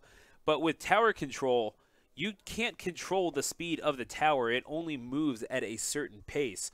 So when you're going forward, especially we're used to seeing Athena ride the tower with that charger. Personally, I kind of like it. You might as well go with where there's a certain amount of elevation. But how does that differ, Astro, from just playing the? How does that differ from where you're usually perched up as a sniper, like Athena's strategy of riding the tower? Well, essentially, in tower control, you're going to have to play a little bit less aggressively. So you're going to play a lot of cleanup as a backliner, and you're going to make sure that your rays are there, because if they're not there, then you can't stop the opposing team's pushes. Because the tower moves so slow, a ray on your team, or double ray even, is going to be the most important special to have on the team, because you can stop a push dead in its tracks long enough for the rest of your team to get there and push back on the opposing team. And it looks like both teams do have a ray. That Booyah Bomb pressure on tower is coming out from Ace's team as well. Oh, no, actually, that looks like NKV, actually. Interesting. Just an absolute bevy of splat bombs coming through for Team MK, and the Tri-Slosher is going to be taken out. Tri-Slosher, excuse me. See, that's why you open your mouth when you enunciate. And then, so some early points on the board for Team Ace, but that's not going to last for too long. And MK trying to come through Athena with that charger. And here comes the ray to stop their push. It's forcing them off the tower. However, that was a very pushed up ray, and Snugs on the front line was able to punish it very quickly. Some great movement by Snugs, able to clean up on MC, and he's going to take control of their plat. This is going to be the beginning of a very strong push if he can just clean up on the inkjet, and he will, and he's able to pop his own inkjet, really control the front of the street right there. He's gonna get the double with the inkjet. An incredible move by Snugs to open up the game. That's going to create a nice opening for Ace's team to get past the first checkpoint. That was from 3-point range, too. Holy smokes. Absolutely. On that Steph Curry business. Muddy Jr., well, we know he likes to drive the lane. He goes hard in the paint. I guess you could say ink, but he has an inkjet of his own. So as we are seeing him perched up above, he's going to avoid that torpedo, and Shinzi riding the tower as that charger. And of course, the charger, the Octo shot. Oh, you beat Octo expansion. How fancy! The Kensabrella and that blaster. Ace, Team Ace. I mean, it's pretty clear what they're going for with this set, but right now, just have not been able to. Well, really, to Team Ace's, to MK's credit, excuse me, they've been playing some pretty solid defense, even though the scoreboard would show them down right now. Yeah, and it looks like Ace, ooh, he's going to come in with the direct right there, which means the charger was already weak. He's going to get the assist within a direct on that second kill, cleaning up as a midliner. He's a little pushed up. It looks like he's waiting right there. Oh, and he's going to get punished, but Muddy's going to get punished by Snugs on the front line. See how the mid line and the front line work together. They're aware of each matchup, and they're aware of each other. They're going to have to back up and push back in, however. This might be the opening for Muddy's team to actually push back in the game and create a large push of their own to get past the first checkpoint if they just pop specials correctly here. And these are going to be the first points on the board for Team MK if they can, in fact, keep going here. But Snugs certainly has something to say about this, aiming for anything he possibly can. He was looking for that laser pointer on the charger as an aiming point, but of course, not providing it was Shinzy. And now MK, he gets taken out by a couple of splat bombs. Yep, Snugs is flanking around at the moment, and MC is in a hot spot. Ooh, could be punished. No, Snugs is going to be punished for overextending on the push. However, the Brella on tower is able to keep the tower pushing a little bit longer. He's able to wait long enough for Ace to come in and support him. MC nearly gets picked. That rain is going to create enough pressure so that NC's team is forced back a little bit there.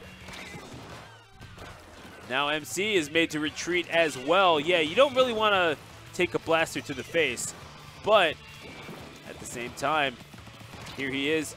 That mid-range pressure just not enough to take care of that blaster from distance. And now that Booyah Bomb, there's just not enough people in the middle, maybe misplaced there, Astro. Yeah, tried to support Muddy and MKV, but essentially they're overextending with a misplaced Booyah Bomb. However, MC is able to come in and get a trade, but he's going to overextend in doing so. And it looks like Snugs and Rapture have an opening right here to start pushing tower. This has been pretty back and forth, but really, Team MK have been struggling to get anything on the board. Muddy gets taken to task, and MK will eventually go up with the slam dunk on him, but it's a 41-13 game right now. MK have struggled for every single point that they had, and they have not been able to match the pace of Ace at all, who are less than 30 seconds away from their set victory and a 2-0 this is a tournament victory here. Favorable matchup, a slosher against the Brella. He's able to pick the Brella, however, the tower has too much pressure on him. Yeah, no, that was just a little bit crazy, and the Aces are up here. Oh, this might be it. They've only got one person watching tower. Muddy should be pushing up. They've got 3 people sitting on tower. Oh, they're piled on, but could that be? Lambs to a slaughter here.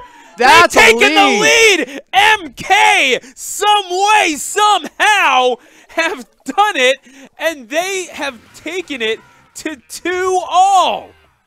Holy smokes! Somehow, they found the wherewithal. They just piled on the tower and avoided their splats any way they possibly could. And despite the effort by MK, by Ace and Snugs that we saw, we're hearing the yelling in our ears. We apologize. We're going to turn that down real fast because that is just a little distracting. However, what we saw from Snugs and Ace, we should not be taking anything away from them. They were getting their points with relative ease, but it was that last-minute desperation push by Team MK to just, and that's as solid a strategy as anything else when you're dealing with a match of that nature. Pile everyone on the tower, and eventually you'll get enough points. Sometimes it works, Astro. Sometimes it just works. However, it's extremely punishable by Array. Had Ace's team just sat, their backliner sat, waited patiently for that push, just not gotten themselves kills and not pushed up at the end. Had the Ray for the end preemptively, they would have been able to stop that push long enough for Ace's team to get back in it and maybe stop them from taking the lead. So that is a mistake by the backline on that match. Unfortunately, MK's team, well, fortunately for them, was actually able to flank around and pick that backliner so that they were able to put together that flank. It looks like Ace's backline is extremely well protected, but the Rays just didn't come out at the right time at the very end. Yeah, no, they were not saved. They weren't saved up, and you know what? when you don't save enough, you just wind up flat broke, and that is going to cost them. They wound up striking bankrupt on that game number 4, so they'll have to see if they can recover for game 5 in Rainmaker, which, again, you know, you get to control the pace of the match yourself. You don't need to be sitting on no tower, so that is the fortunate thing for them. But, folks, before we get things started here, I'd like to invite you to follow us on all forms of social media, Bros_Calamity on Twitter, and Bros Calamity VODs on YouTube, Facebook.com/TheGamingLab, and of course, TheGamingLab_ on Instagram. So, as we get things set here for game number 5, Rainmaker at Mako Mart. Going right back to Mako Mart, interesting stuff.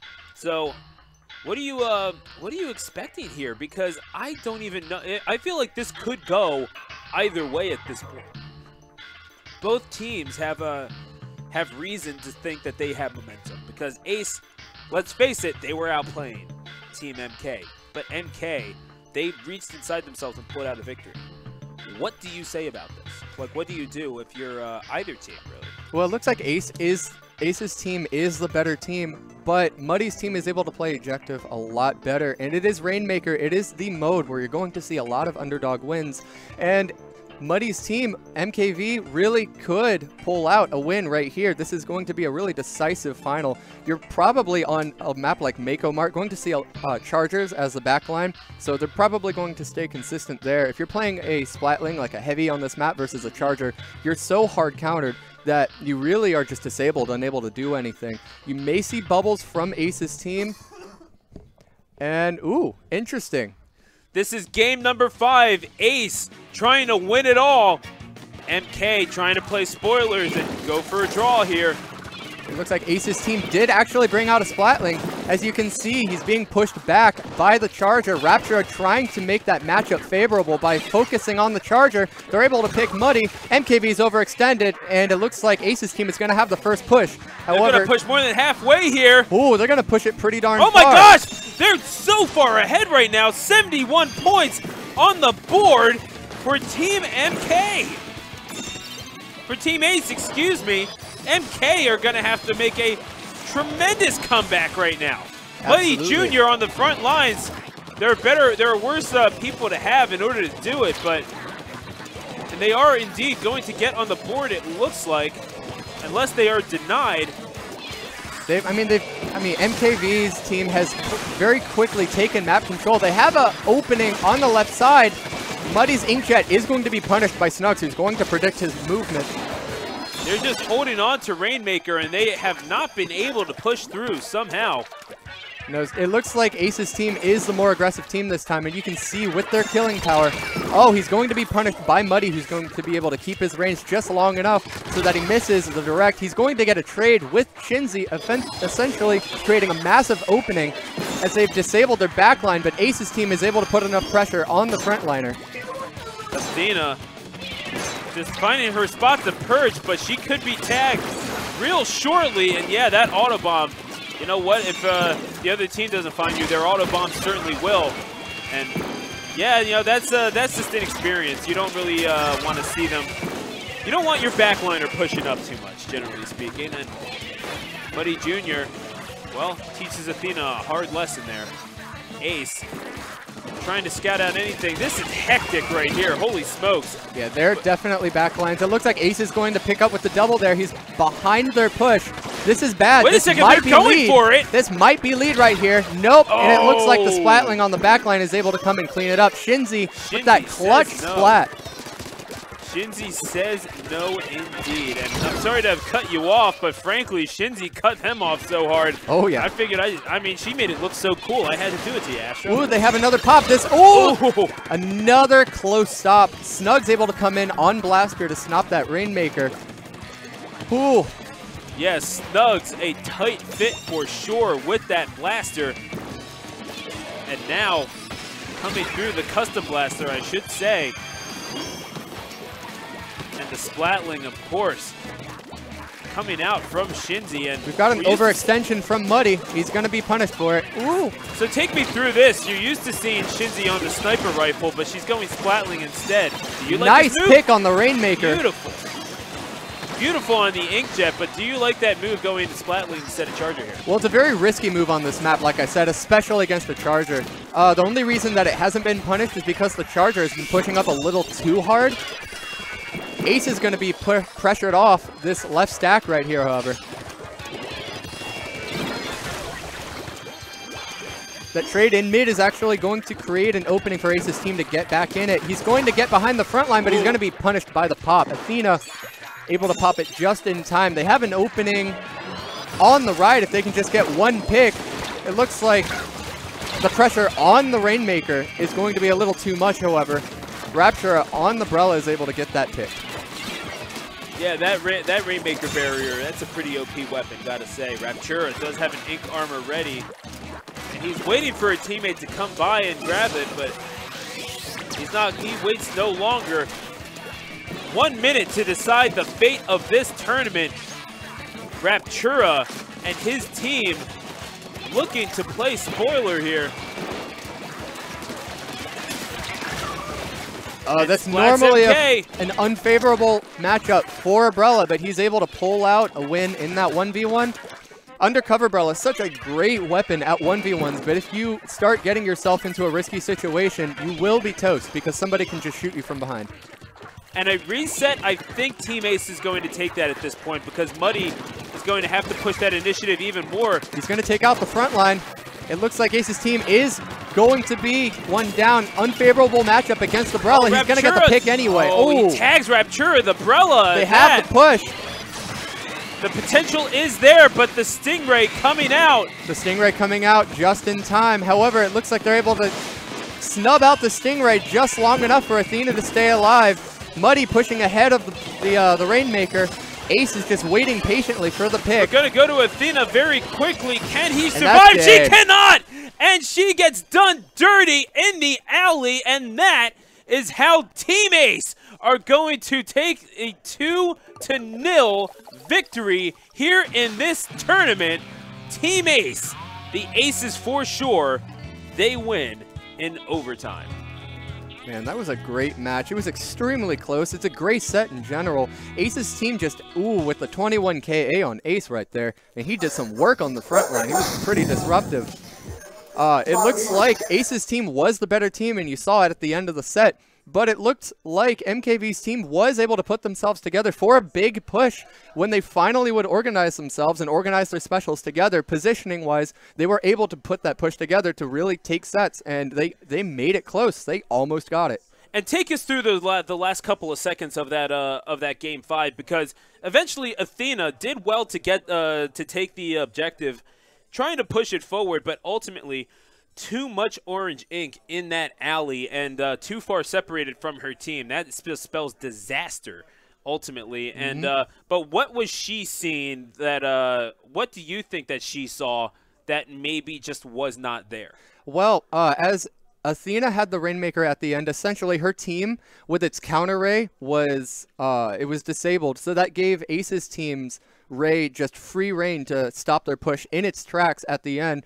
Essentially, you know, Athena's team really didn't have a chance during that last push unless they really got a quad, because that Ray was going to come out and stop them regardless. It would have been better had their midliner actually picked up, like Muddy maybe on the range blaster, or I guess he was playing Junior in that match, wasn't he? Yeah, if he'd picked it up and he'd been the one to push, Athena would have been able to pop a counter ray to protect the Rainmaker for that push. However, Ace was an issue. Ace was just waiting patiently because he knew how large his lead was, and he came in. You saw right at the end, he just ambushed him. That's all it took. No, indeed it was, and that is basically how the story is going to look when it's written down, is Ace just overwhelming at times for sure. He never really looked like he was kind of really quietly pushing his influence on the match. He was never creating those highlight reel plays like we're used to seeing Muddy doing. And really his influence was sort of quieting Muddy's influence on that match, really keeping him in check, which is something that we have not seen many people do here at the laboratory. Yeah, it's definitely something that you would expect of a midliner, however, especially one where he actually played that role in SKR. He was a great asset to the team. He was one of the best midliners out there, period, at least in North America, if not the best at the time. And However, he was a midliner. He was still basically playing quietly through that role. He'd get a lot of single picks, maybe a double, and he would help create openings without creating openings in and of itself because he's not in that frontliner role normally. Usually the ones that you're going to see making flashy plays are going to be the front line because the front line is actually going to be the ones in those kill situations, and it's up to the midline to really be there to put shots under their feet and over their head and really help them get those kills. But it's definitely going to be the front line that is going to be the playmakers usually in a match. Yeah, and those playmakers were nullified, and it's just like it's like the saying goes: offense wins games, defense wins championships, and ultimately that is how Team Ace won this championship, the Switch versus at the Laboratory 12 Grand Champions. Astro, thank you so much for joining me on commentary. That's going to do it from us here at the Laboratory. We do have sorry? That's going to do it for this one. Well, that's going to do it for this tournament. That's true. Coming up, though, Jay Moosh. Yeah. That's true. That's right. So that's going to do it for the draft tournament. We have 4v4 teams coming up. Yep. So if you want, that's going to do it for this one. But I think we're going to be seeing a lot more of you. Isn't that the case? I'm actually teamed up with Ace. I captain a team called Inc. Sigma, and we're here. We won the last two. We won the last two Switch versus events. One in Maryland and one in Virginia. Yeah. So, that's Splat for Hope, yeah. Yeah, so we are on a pretty strong winning streak at the moment. Ace was on the team that actually won the first Xanadu as well. So Ace has actually never lost a tournament in the area. Yeah, that's true, and we'll have to see if the conquest of the Mid-Atlantic continues for Inc. Sigma. There's only one way to find out, folks, and that's to continue right here on twitch.tv/bros_calamity. You're watching Switch versus at the Lab. Don't go anywhere. We'll be right back.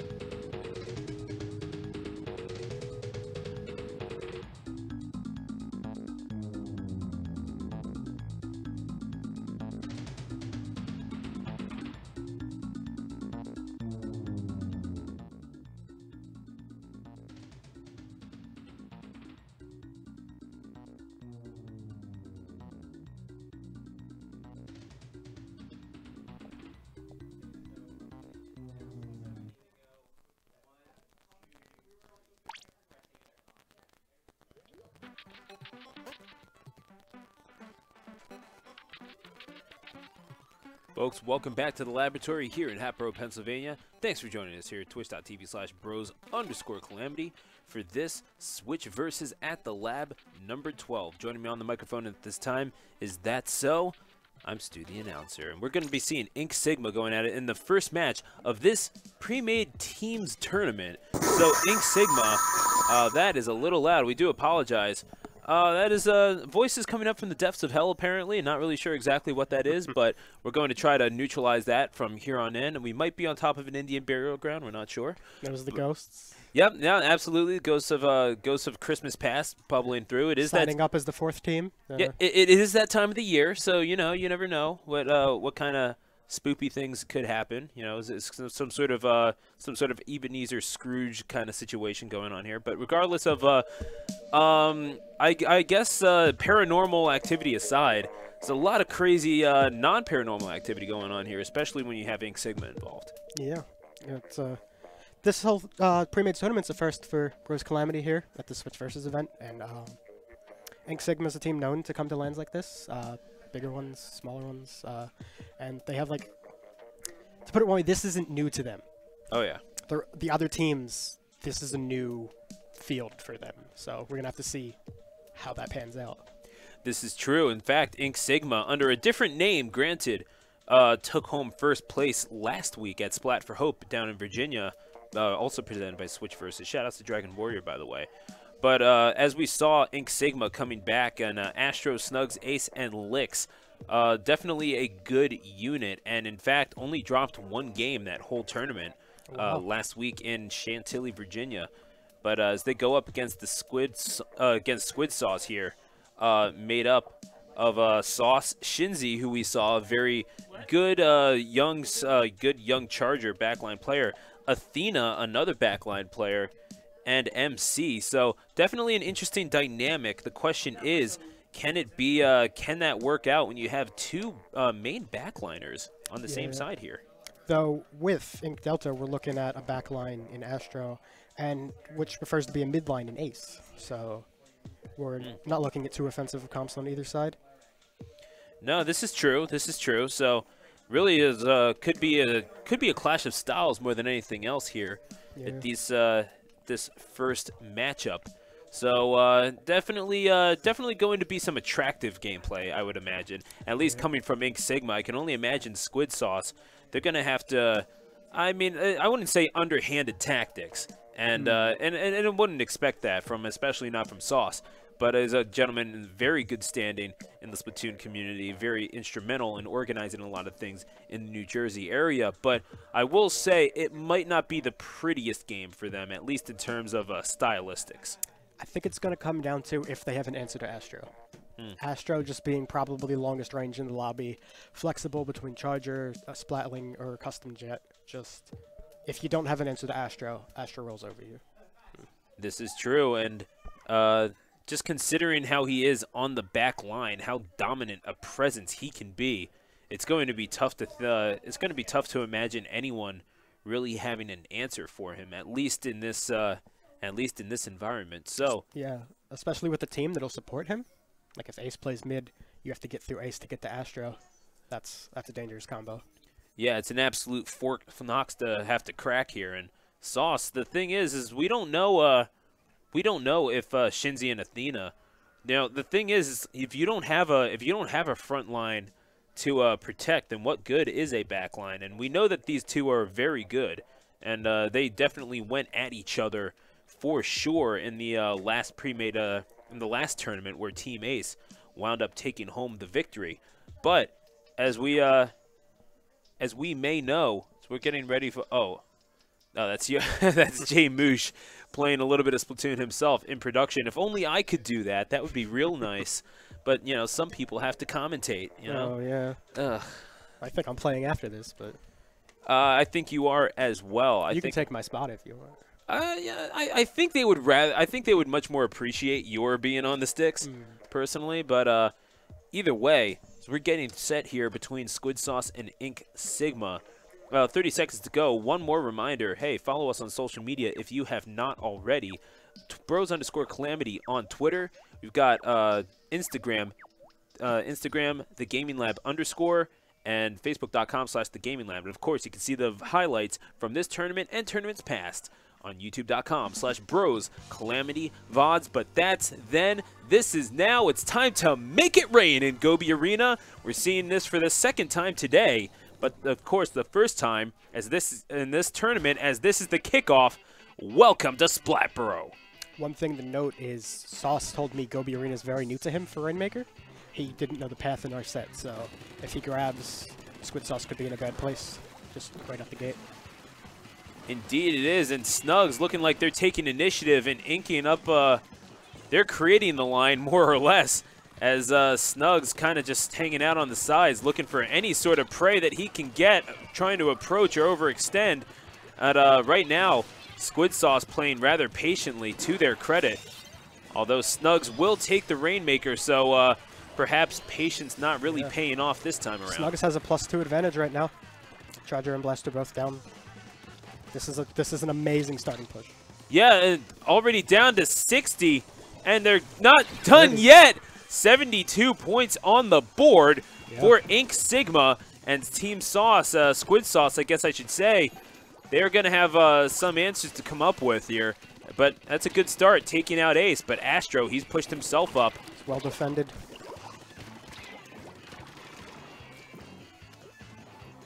Sauce trying to give his opposition something to think about. Nice maneuvering by Sauce to get himself in a position to even take out Snugs. But Astro was able to get away, and that Splatling is lurking out there somewhere. Of course, the Hydra Splatling and Parry Dualies, the Range Blaster, and not the Range Blaster, excuse me, and the Splash-O-Matic coming out. So it's always interesting to see Snugs break out the Splash-O-Matic. I mean, just to think that a team like Ink Sigma could even need a turf coverage weapon.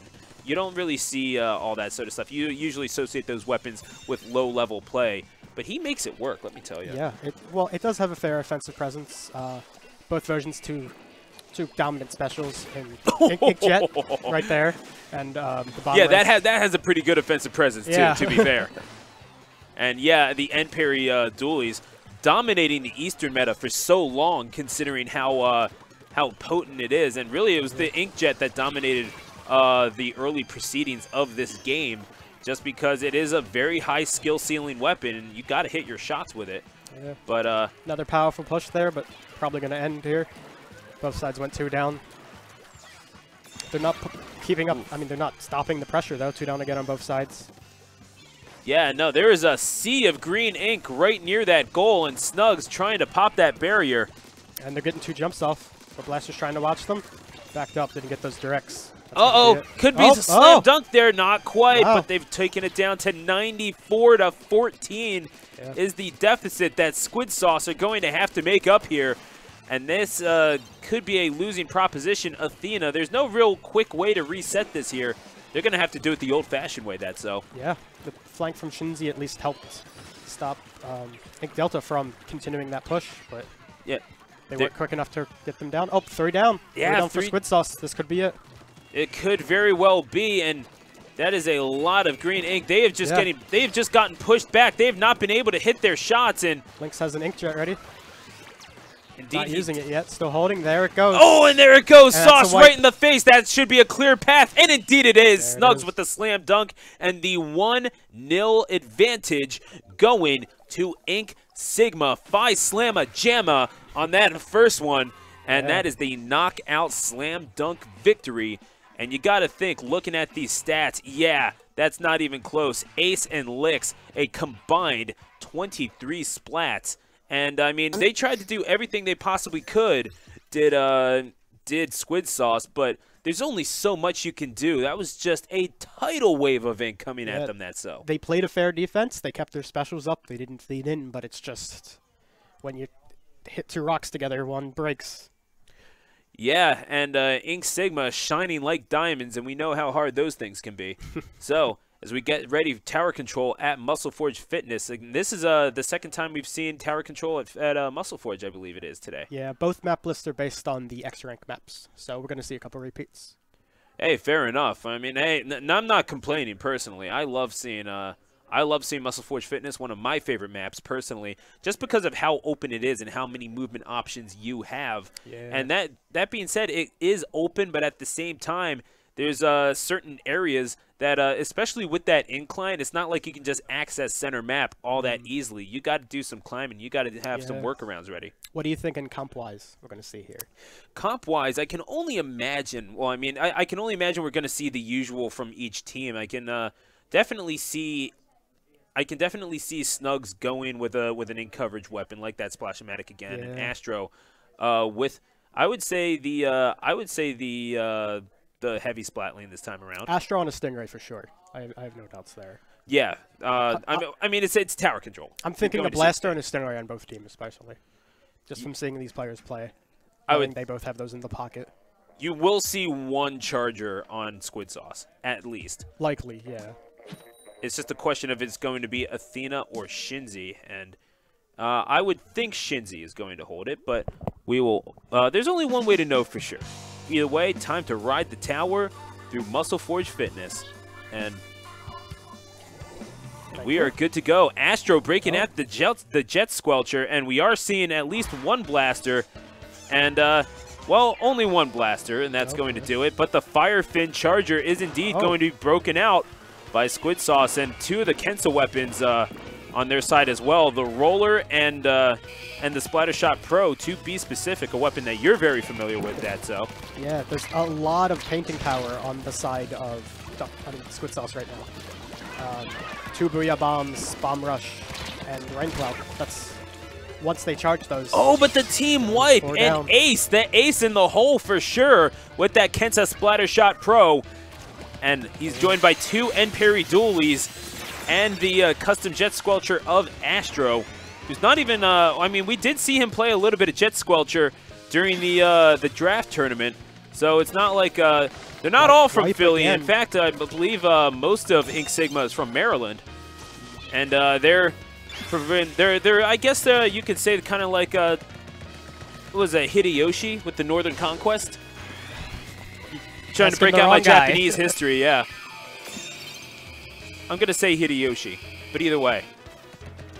19, 18, 17, count it down with us, folks. Yep. This could be an absolute steam train with the label Sigma rolling through to a knockout victory, and off the rails goes Squid Sauce. For they have something to think about here, because frankly, they couldn't get anything going that time. Yeah. I can tell you, before the last game, they must have started out and said, what do we do about the Charger? Astro said, I got this. Because that is his answer to Chargers right there. Yeah, that Jet Squelcher, and it did play a part getting 2 splats, but ultimately the combined 14 splats up top. More than enough to take care of their opposition in Squid Sauce on that team. And frankly, just no one with any real pronounced presence on Squid Sauce in that one. Just too many people rolling through, especially on the front lines with those end parries. What they needed was, once they all went down, to wait. Wait so they move back in as 4, not move in one at a time, because that just leads to a cycle. Yeah. Can't push back in like that. No, absolutely, and that's pretty much Splatoon essentials, and it's just shocking to see them forget something like that. So as we go to Walleye Warehouse for Splat Zones, I wouldn't be surprised to see another Stingray getting broken out here, just because of how narrow a map it is, Datso. It's very likely. I know Astro likes it on Splat Zones for when the team's down. It's just a good way to disturb the other team to push back in. We might also see the Fire Fin on the other team. Bomb Rush just so prominent on this. Maybe even the Splash Deco again. Also Bomb Rush weapon. Would not be shocked. Then again, I could definitely see the Kensa Splattershot Pro being broken out one more time, if only just because that Booyah Bomb. It's the closest thing that you're going to get to an Ink Strike in this game. So you might as well use that and clear out the club a little bit. I could definitely see Squid Sauce breaking that out, if nothing else, then as a desperation maneuver, just because if they're getting dominated like that. Perhaps, it gives you at least something with which to work inside the zone and maybe get yourself a splat or 2. They also had a Kensa Dynamo, one of the best pinning weapons in the game right now. Also, Booyah Bomb could stick to that. This is very true, and really only time will tell. But folks, what I can tell you right now is our good friends over at well, your team is warming up right now. Yeah. Who do you have next? Do you know? I'm not sure, actually. I believe we'll play loser of this first, because that was how the last tournament went. But Gotcha. So you will be playing one of either Ink Sigma or Squid Sauce. Of course, Squid Sauce, they're going to have to pull the reverse 3-0 if they want that to be the case. MC, again, the Kansas Splattershot Pro. Yeah, you can follow me on Twitter at StuTheAnnouncer for more incredible predictions, I guess. And the Jet Squelcher, the Firefin Charger, as you mentioned, and the that Undercover Brella getting broken out for Squid Sauce. But again, the dualies, this time 2 end parries are being, one of those sets are being traded for the Kensas, as well as that Ford Splattershot Pro. Are you sure that's not you out there? Yeah. And the Heavy Splatling. You can only assume that's Astro. And the double by Snugs. That is a tight fit for sure. Yeah. Yo, bartender, make it a triple. Holy smokes. Snugs is just going ham on Squid Sauce. Double dipping there. And Snugs on that front line just pestering and pushing that line back up. And they got that counter down to 60. They have no answer to this, that's so. 2 specials ready on the side of Ink Delta, Ink Jet, Baller. Just, this is an uphill battle for Squid Sauce right here. But they got it contested. Sauce about to have a Baller ready himself. Baller popped from the end parries. Oh, but Bubble's in the zone. Sauce retreats. Gets the paint off that he can, and he's surrounded.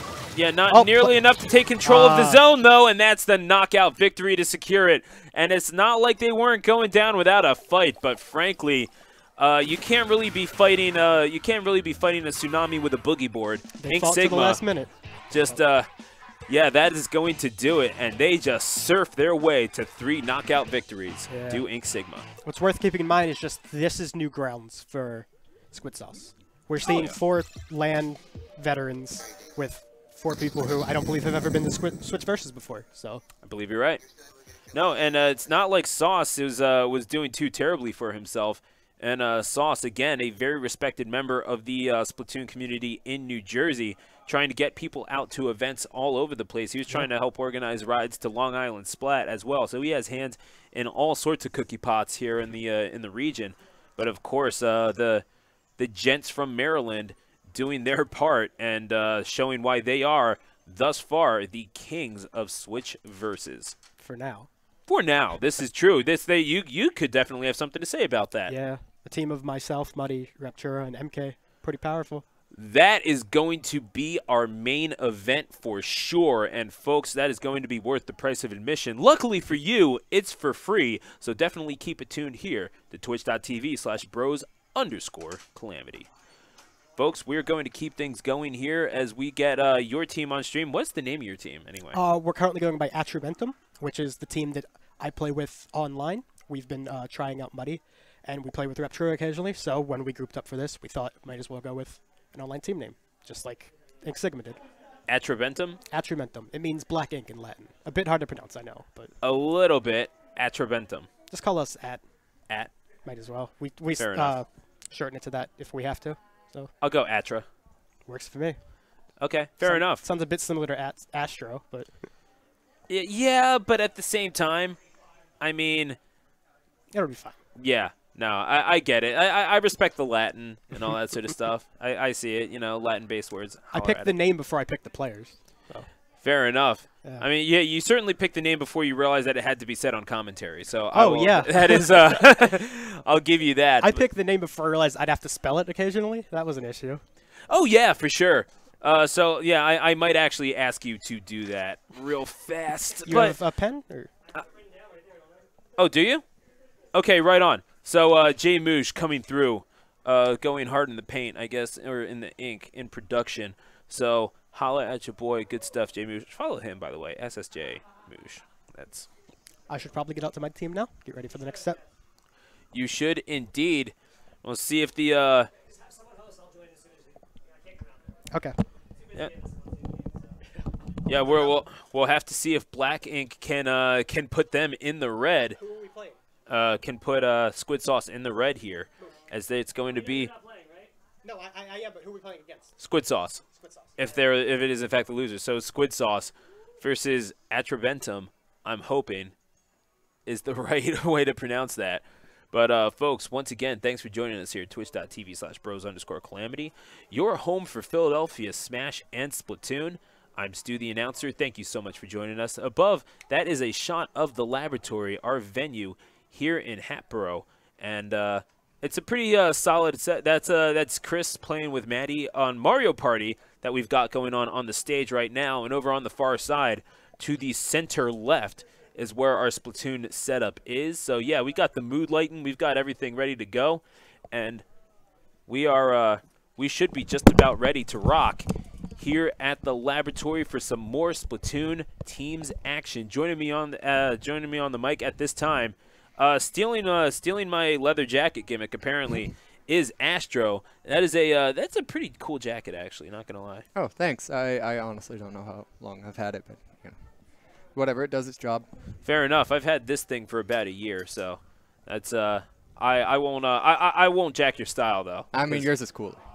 I mean, yeah, maybe, but at the same time, like it would look a little weird seeing just two dudes in leather jackets. I just feel like it's a little.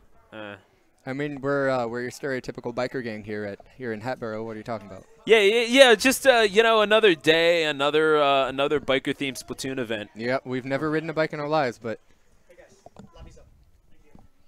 Absolutely, man. No, it's a tough life. This life on the road. You know, having to take out various gangs, getting into bar fights. Mm-hmm. Carrying around a heavy splatling around. Ooh. I mean that's your problem, not mine. True. See, that's why you go Splattershot Junior, man. Yeah, I mean, I guess the splatling does get pretty hard to lug around on a bike, but I make it work. I need a pretty big bike. Fair enough, man. And whatever it takes for you to ride into victory, my friend. And right now it's looking like that's what Ink Sigma is doing, I gotta say. But can maybe Atraventum are going to be going full throttle against Squid Sauce here? Atramentum are going to be going full throttle, flat out. That is a phenomenal midliner, and they're picking up Ratra, who plays a lot of undercover Brella, who's also got a lot of support. Muddy, however, is going to be very flank heavy. He's very aggressive. He can bring out a range blaster or blasters in general if his junior's not really working out. But his junior does get an abnormal amount of picks. So, it looks like Squid Sauce is going to have their work cut out from them. They were a very passive team, so they weren't really able to put up with a lot of aggression, and that is what Atramentum would bring to the table, especially with a lot of paint. Yeah, I mean, we saw that from your team especially, and well, we know what your team is capable of. We saw it last week at Switch Versus as Exaltation, as you guys were known. Took out pretty much every single team, lost all but one game. There's no and, 2 maps up yet. Sorry? The map list we have isn't properly updated. Oh. Gotcha. We're going to... The last 5? Mm-hmm. All right, sure, but what are we doing next round? Okay, well, either way, what we saw from your side, that was who was pulling you off to the side, just working out the details of this. And hey, as the devil is in the details, I can almost assure you that we're not actually going to play Turf War, though. So as it says on the screen at the moment, there we go. I will say you were pretty aggressive yourself, but at the same time, never really saw you overextend. So are you expecting more of that from Atramentum? Yeah, absolutely. Atramentum, Muddy is a phenomenal player. He does not have a whole lot of competitive experience. And Raptura, however, do have a lot of competitive experience on them. And they're definitely the players on that team to look out for. My team, on the other hand, we have Ace 96 Deco, who was on SKR. Mm-hmm. We have Snugs, who was on Impulse. And I was formerly on Overdrive before starting this team. Mm-hmm. And Lix was our only inexperienced competitive player. He's just now getting into the competitive scene. Him and Snugs, I would say, are which some is of so the best. Surprising. Yeah, absolutely. He is a phenomenal player. He plays like a competitive player. Even in a team setting, he plays well on a team. Yeah, no, you're absolutely right. Now, I'm just gonna take this jacket off now because I feel a little lame. No, but you're absolutely right about that. When you're talking about the way that Lix has played, he plays with a lot more poise than you might imagine, at least from a player with that amount of inexperience. Was that his first LAN last week? No, it was not actually. His first LAN was, I don't know, maybe a year ago. It was a LAN at the Cave in Virginia. Ink Sigma is actually out of Maryland. We drove up here for this event, and Atramentum is more the local team to Philly. Yeah, that's true. No, Raptura is a grad from Temple, I believe it is, and you've got really Muddy Jr. is a very much local player. So it's going to be an interesting match between you two for sure, but we're going to have to see if Squid Sauce can provide some resistance and maybe provide an upset to Atramentum and put Black Ink into the red here. So, absolutely, if they can pull out a win, that'll effectively cement Ink Sigma as the winners of the LAN, as long as Ink Sigma does not lose the next set. If they do, you sounded then a it's little. tie. You sounded like it was a little bit of a foregone conclusion there, man. That's how it sounded to me, man. I'm just saying. Well, we're pretty confident, though. I'm not going to say we're going to win. That's so. Team in Atramentum are a great team, and we're going to have our work cut out for us if we want to pull out a win in it. They're definitely going to be pretty tough. So this will be a pretty interesting set. It'll be pretty interesting, especially to see how they are able to work a double midline comp. That SO's team does not really have a backliner per se. And now, oh well, yeah, you're not wrong. So really, who winds up taking on that role? Because we saw MK and we saw MK work pretty well with his team in particular last time, even though they didn't pick up a win in the last tournament. They it's not like they were just rolling over and dying. They actually wound up taking your team to 5 games. So what do you see from MK that he does so well? Well, MK is actually not the most aggressive of midliners. Effectively on the team, he's going to be the backliner, just because of the way the rest of his teammates push up very hard with a lot of pressure. I mean, you're talking about a team with Muddy Jr. and Raptura, and then that so is a pretty decent midliner. He's going to go more than decent. He's going to go Splattershot Pro for sure. Absolutely, and I'm going to be interested to see if they do run a double Splattershot Pro. But the lack of Ray, unless Raptura is going to bring out the machine and bring out a Ray, it's going to be pretty interesting to see. It looks like Sauce is going to bring out a Ray on his end. There is no Ray, however, on Atramentum's side. Well, it's time for Clam Blitz, as we're going to Skipper Pavilion. So interesting map for Clam Blitz for sure. Not really sure how this is going to shake out, but MC with that ink brush, full Jackson Pollock mode for him. So trying to get up close and personal, but that range blast is going to keep him at bay. Goodness gracious, Muddy Jr., a storied range blaster here at the laboratory. Experience coming through for him, and MK, he's going to get that dunk in, and yeah, they indeed did go, he did indeed go Splattershot Pro. Atramentum, holy smokes, man, they are, I don't know if Squid Sauce has ever really pushed the initiative at all, but yeah, you're right, they are far too passive for anything to really be done. They're definitely, it looks like they're waiting to be killed. Atramentum is definitely taking advantage of this. It looks like Squid Sauce is still 3 down. That's a wipe. It looks like Atramentum just has complete command of the map and of the game. It looks like Squid Sauce is actually locked in their spawn at the moment. It's real hard to break out of that situation, especially when you can't really charge specials to get out. And yeah, and they do get the pity clam, but Athena, man, there is just nothing that they can do right now. And MK is going to get his second barrier breakage, so he's been scoring a lot of points for his team, and they ain't done. They are just piling on the points. Though Atramentum will go down. 3 of them will go down, so the last one is going to have to back up. They're going to charge up another push in. This might be Squid Sauce's real opportunity to get in this match, as it looks like MKV is going to be outmatched here. On the bottom, he's got a matchup against Umbrella and whoever's with him. They're going to fall back, however. They're going to be extremely passive. It looks like they're playing scared over in Squid Sauce at the moment. I mean, can you blame them? You only had two power clams come through, and oh my gosh, and there goes Athena. Once again, they're going to pile on the points here. Those aggressive bubbles are just going to create another massive opening. The Brawler's going to chase him out. He's going to get out. Oh, no, he's going to be picked off. Shinzi coming in with that clutch kill to stop the opening. Yeah, and it seems like they're letting Athena go with the charger. It does kind of make you wonder, though. I have to think. But it looks like Squid Sauce is really just outmatched at the moment. Atramentum is able to keep pushing up a lot, even though they've been going down 3 or 4 down at a time. And MKV coming in, he's going to take on a 1v3, and he's going to get help from his teammate in that 1v3 situation. He's going to go for it alone. He's going to get punished for it, however. Overextending, Sauce is able to pick him. They're still pushing hard, however. MKV is respawning. Yeah. And really, this is the one mode where putting in a beacon by spawn is actually not completely useless in rage-inducing because, again, if you jump right to spawn, you can kiss your power clam goodbye. Absolutely, and you'll lose every bit of your clams. He's just trying not to be seen right now. And, well, he got spotted real fast by Shinzy, and, of course, Sauce helping out on that back line.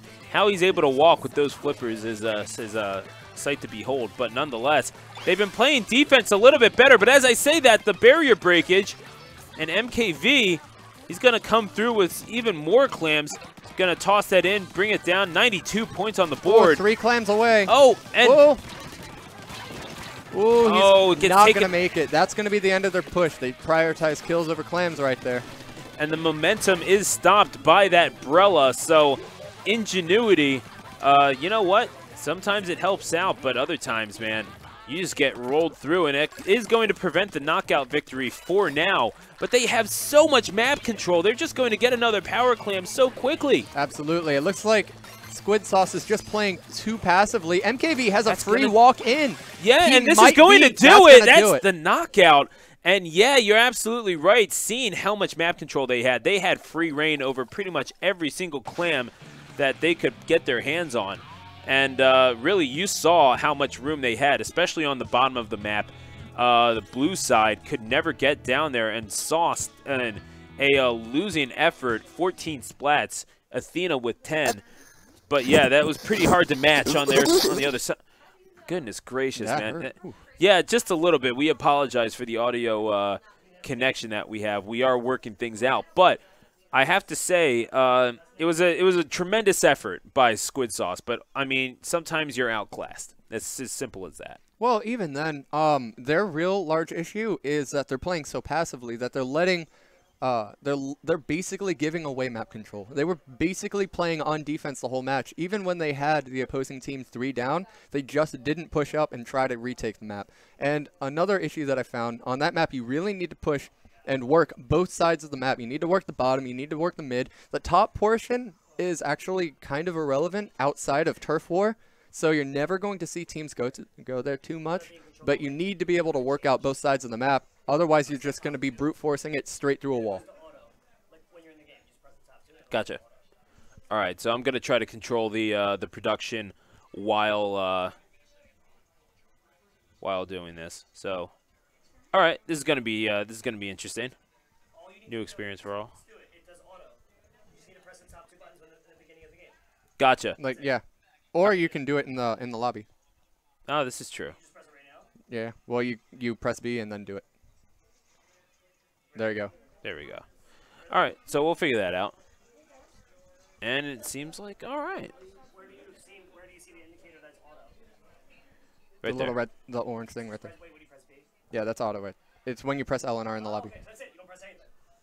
Okay. You just press Neato. L. Yeah. Yeah, but if you want to manually control it, you have the option. Yeah, you have the option. Fair enough. When we will certainly exercise that at some juncture. And do we have the sheet with the names? Thank you. All right, right on. So it looks like Squid Sauce is trying to prevent an 3-0 sweep here, but frankly, only so much you can do after a performance like that. They didn't get completely dominated. They were playing some solid defense. I have to wonder how much Skipper Pavilion helped out as well. It's just not as much space to have to close down. But as we go to Mako Mart, here for game number 2. Now this is where it gets interesting because they're going to make it rain up in this here superstore. Yeah, Atramentum with no backline whatsoever. They're going to be extremely aggressive. Once again, they saw that Squid Sauce was playing an awful lot of defense, and they're just walking right up. And Raptura, yeah, no, he's playing without fear whatsoever. Sauce is going to get that splat, and he's a pretty good shot with that Jet Squelcher. Is Sauce, and he has a Stingray ready to go as well. He's going to wait for his teammate to pick it up and employ that Stingray as a preventative measure. It's going to be a little bit preemptive. It's going to be too early. He needs to wait with that Ray, be patient, and pop it after the opposing team has picked up the Rainmaker and try to stop their push in his track. Right now, his team doesn't have a Ray. They're under a lot of pressure. They're getting picked on really, really hard. They're honestly starting to feed in right now because they have no choice. That's so just coming out with a Luna Blaster, absolutely dominating. It looks like Sauce, again, is able to stop the push. But had he had a Ray, it looks like Atramentum wouldn't have been able to get that far. But frankly, Sauce needs help. He can't do it by himself. And Muddy Jr. is just going to walk up and spike it. And, oh my goodness, Atramentum, they are showing some incredible stuff. Squid Sauce just can't get any momentum whatsoever. An absolute sea of green is the picture that you see on the map. Just shows how much Thatso with that Kensa Luna Blaster dominated the proceedings here. And I think he outmatched the whole Squid Sauce side in terms of splats there. Absolutely. Well, he effectively had 4 frontliners the way that his team was playing. Raptura playing a lot of objective, effectively running the Rainmaker up to a position where his team was able to KO it from. Sauce with some clutch stops there. He was able to keep his team in there long enough, but once Thatso was able to pick him, and he overextended to try to get a pick on Thatso, that was a free reign in for Atramentum. It looks like Sauce on defense is just not quite enough to really outmatch and really stop Atramentum's just constant onslaught. Yeah, Thatso and Raptura combining for 15 splats that last game. And Muddy Jr. and MKV, obviously, we saw the work that they put in. You saw so much green ink on that map. And, yeah, they're going to get that when you play 4 frontliners. But really, they're not going to do that every single game. It's definitely a testament to how they adapted to the circumstances. They know that they definitely prefer to sit back and kind of let the game come to them, do Squid Sauce. So what are you going to do in response to that? Charge in and take the game to them. You say, you know what? You want to sit back? That's fine. We're going to come to you, and we're not going to be afraid about it. We are not going to be knocking on your door and be pleasant about this. Yeah, absolutely. I mean, they just brought about one of the more aggressive comps that we've seen today. There was very little range on that comp, so they had to be effective on the front line. Essentially, they had 3 frontliners and a support that was short range with them, basically painting under their feet. So as they pushed right up, they would still have that paint control behind them, and as they pushed together as a group, they were not overextending with the paint under their feet. Effectively, they didn't need so much range support behind them, and that allowed them to really get around the front line of the less aggressive front line of Squid Sauce. And Squid Sauce, let's see if they can adjust to that and bring it to them and maybe play a little more aggressively. If they played aggressively with Excuse me! 4 gold Dynamo rollers. Get ready to see a lot of ink armor coming out from Atramentum. You know what? It might translate into black ink, but right now they are going for gold. And they are going to be met by a 52 Gal Deco, a Kensa Splattershot Jr., Kensa Undercover Brella, as well as the Kensa Sloshing Machine. So, very fashionable set, I will say, from Squid Sauce. However, I mean, 4 gold Dynamo rollers. What do you even say in response to that if you're Squid Sauce? Because at this point, you're just being disrespected. No, you're not being disrespected. At this point, I mean, I've actually seen quad Dynamo comps before. They're not unheard of. Quad Dynamos on certain maps actually work extremely well together, though they're very unorthodox. There's actually a team competitively called 20 Pew Pew. They actually run quad Bamboo in every mode, every map, every set. That's true. Yeah, I've heard about them. I have not seen one of their sets, but it's definitely pretty unique. They're out there, I will say. Absolutely. And you see, Dynamo in and of itself, by itself, isn't that great a weapon, but it's so punishable to go in for a kill against multiple Dynamos. The Dynamos, the chip damage of the Dynamos just feed off of each other, and they just absolutely wreak havoc. Though those bubbles, there's nothing you can really do in that situation. Thatso is they're meeting a lot more resistance this time, especially with the chip damage off of those dynamos. In fact, it looks like they're going to get the knockout victory, our Squid Sauce. So perhaps, you know, four Dynamo Rollers might have did some damage in Splatoon 1, but unfortunately, that is not the case here. They are going to lose their first game, and maybe not the best idea in the world to go with this particular compilation. Well, it's not like they didn't get their splats in, though. They did. They were just on defense the whole time. It wasn't a skill issue. It wasn't a comp issue. As strange as that sounds, it's just that, frankly, they were constantly on defense. The momentum of the match was really never changed because they never were able to push up and change the pressure that was being put on them because Atramentum was able to get back in quickly. That's it, and that's how Atramentum wins 3-0. And Squid Sauce, I guess the thing is, if your conventional strategy doesn't work, you kind of have to go all out. So Gold Dynamo Rollers provide that ink armor for each other. And they were getting their splats, but ultimately they were just getting pushed back still. And ultimately it's just a matter of your mindset. You know, if you let yourself get pushed back, you will indeed have that happen to you. So after looking at that, after seeing Atramentum get 3 knockout victories, it looked like both sides were unstoppable, Atramentum and yours, Ink Sigma.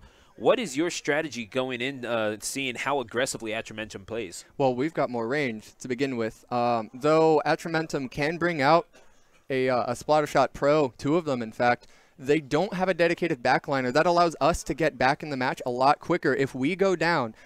Because I can just quickly create a super jump right back in. We have a lot more defensive stop and a lot more map area control power than Atramentum. So it may not be effective for us to be extremely aggressive, though our front line will be very flank heavy. At the same time, you know, I'm not too concerned because we have the upper hand comp-wise at the moment. Fair enough, and that is it's pretty confident talk from Astro. I mean, he was a unanimous selection to the Bros Calamity Squall Stars for a reason, representing Empire Arcadia. But then again, he's going up against the other 2 in Raptura and Muddy Jr. and another member of the team, and that's so. I wish you the best of luck, but frankly, it really is all about who the better team is, not the better collection of individuals. So. Yes, absolutely. And in individual strategies, I mean, there are players on Atramentum that are less experienced that we can draw out, get to overextend.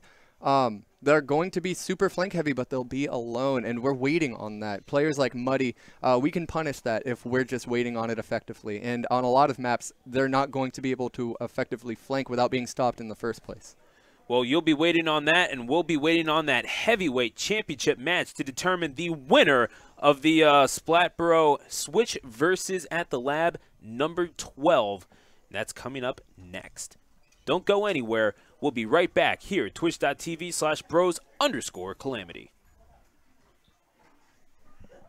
Cool.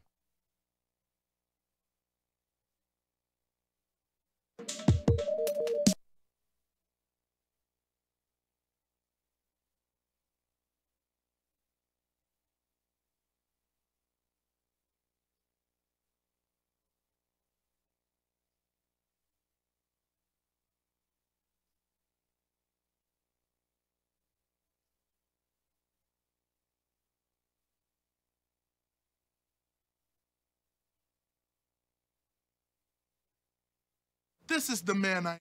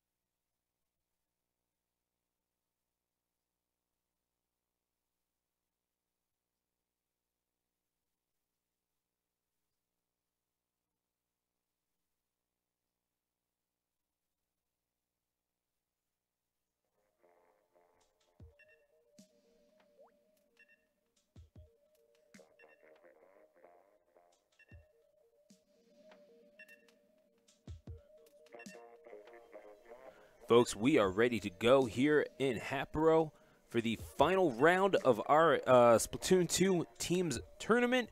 Ink Sigma versus Atramentum, which I understand means black ink in Latin. Well, right now they're certainly in the black. They are up 1-0, as are Ink Sigma, after both teams beat Squid Sauce 3-0. So the unstoppable force of Atramentum meet the immovable objects in Ink Sigma. Something's got to give here. Once again, thank you for joining us, twitch.tv/bros_calamity. I'm Stu, the announcer. Thank you so much for rocking out with us. And for here at Switch Versus at the Lab, number 12.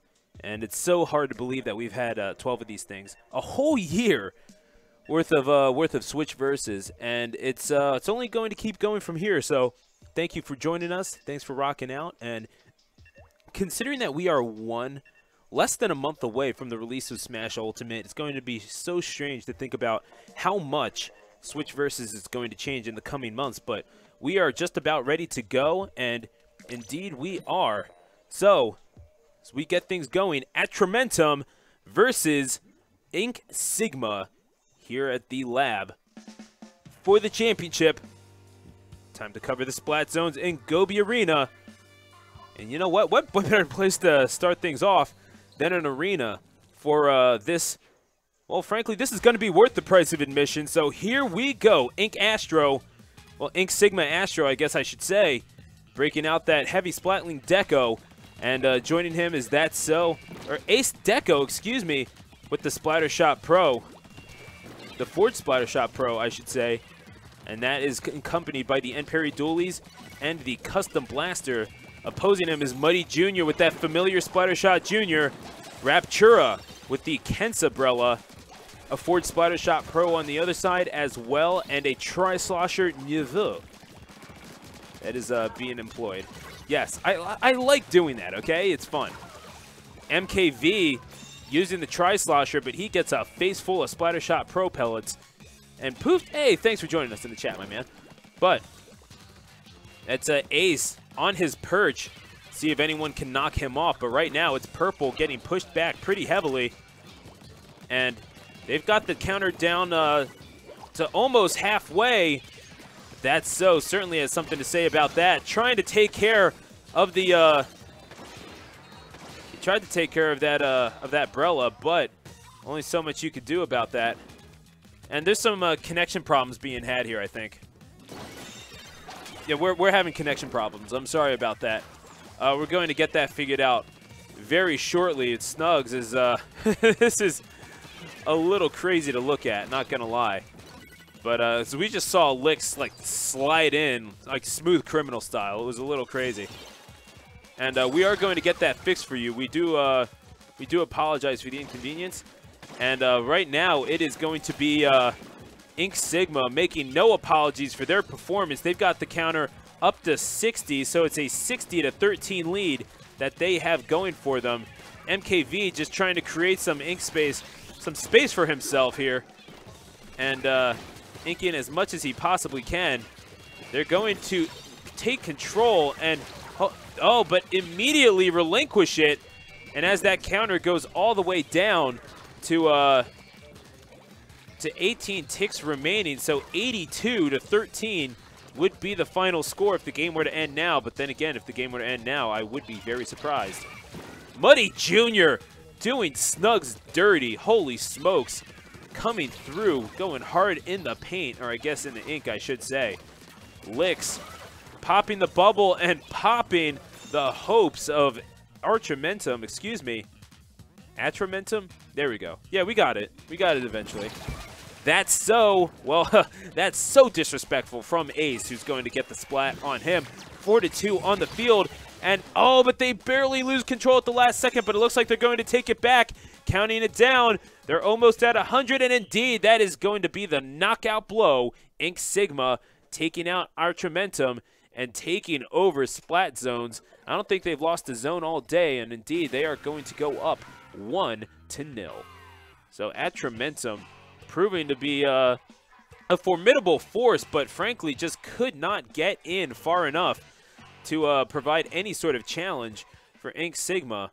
And you saw the numbers on the screen there. That it just goes to show. That tells the story of the match. Licks doing that work with that Splattershot Jr., one of the best unsigned players on the East Coast today. It's hard to believe that he has such little competitive experience.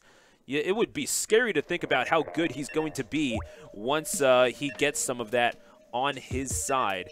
And folks, thank you for all of you who are joining us here, twitch.tv/bros_calamity.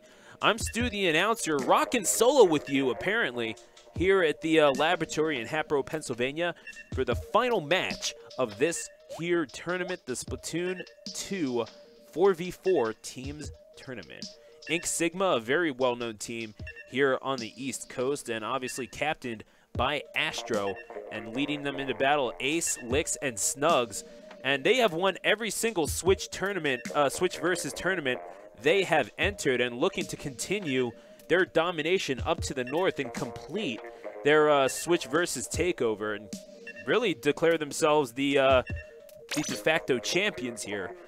Certainly Muddy Jr., Raptura, That's So, and MKV have something to say about that. Atramentum and Ace, Astro, excuse me, alluded to this earlier, how really they're not as aggressive as Atramentum, but at the same time, they do outrange them, and that definitely showed there as they were basically zoned out of the middle of the field for that splat zone. We'll have to see if their fortunes are different in tower control. And the Explosher from Raptura. Now, there we go. Now we're cooking with gas. We've got ourselves a bit of a ranged weapon, and the Kensa sloshing machine from MKV as well. But we have seen Raptura with that Explosher before. That's so with the Octo Shot coming through, and of course the Tentatech Splatter Shot, which dominated the Western meta for so long. It has since relinquished control in one way or another. But that Tentatech being played by Muddy Jr. On the opposition, of course, we have that Rapid Blaster. The Rapid Blaster is definitely going to... oh, wow, that's the Stingray coming out. Excuse me, I'm sorry. I'm a little distracted from everything going on in the field. That is the map as you see it right there. That's a lot of green ink, and that's going to be a lot of advantage that Licks and company are going to be able to provide with the dual end parries up front, which again, I mean, you saw at least one end parry on every single team in the Splatoon Koshien last year, and of course that being won by the GG boys, who would go on to win the World Championship. And who could blame them when you have something like the Inkjet to provide such coverage, and that splashdown is going to take care of Snugs, but Ace going to take care of his opposition right back. Provide a little bit of revenge, why not? And Ace with that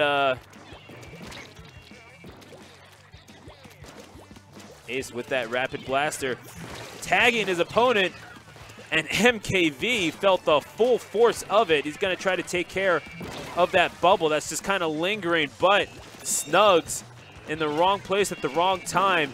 That Explosher is going to push back Ace, and it's a 2v1 situation. Muddy Jr. going to clean up the plate. That's what you do when it's Thanksgiving season. You clean your plate, boy. And now Astro, he's going to, not before splatting Astro will he get splatted, but MKV coming through, a little bit of a revenge.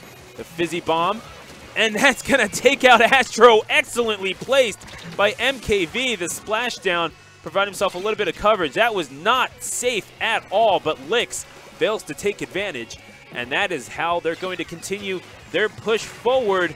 Will Atramentum, and their fortunes definitely a little bit better here. I wouldn't say that they're playing passively at all, our Inc. Sigma, but Atramentum are just barreling through and able to take initiative just a little bit easier here in tower control. And the range being provided by that Explosher could very well be the difference. Raptura putting in that work, that extremely high skill ceiling, the extremely high skill ceiling match, weapon, excuse me. Well, I mean, extremely high skill match considering all the players involved for sure. But Licks is going to take control, and they're going to put points on the board now. 3-1 on the field. They're going to push forward. That So is looking to cut them off at the turn. Is going to be a key thing here, but it's 2-on-1. Ace and Astro are going to keep on going, and they're going to get past the first checkpoint. And now got the ticker down. They got 40 points on the board, and Ace is looking to, That's So trying to cut him off at the turn, and indeed they do. They take the tower, and they take out Astro as well. So, Raptura with the bubbles trying to pop them, but they're going to be nullified by the combination of those dualies as well as the Ink Storm, preventing those bubbles from being popped. Snugs is going to get out of the way. That splashdown well avoided, and Muddy Jr. coming through. And he has just been an absolute stalwart, leading his team in splats right now with 10. Although That's So just tied up that tally. And yeah, it's not even close. Ace with 17 splats with that blaster. And of course, oh, wow. Muddy Jr. just took him down hard. Of course, 19 splats with that blaster. He's definitely going to get into the 20 range. And that could very well be the difference between victory and defeat. Although, if they want that to be the case, they're going to have to make just a little bit more of a push and get Muddy Jr. and the rest of his team off of that tower. It's MKV sitting up there with that sloshing machine.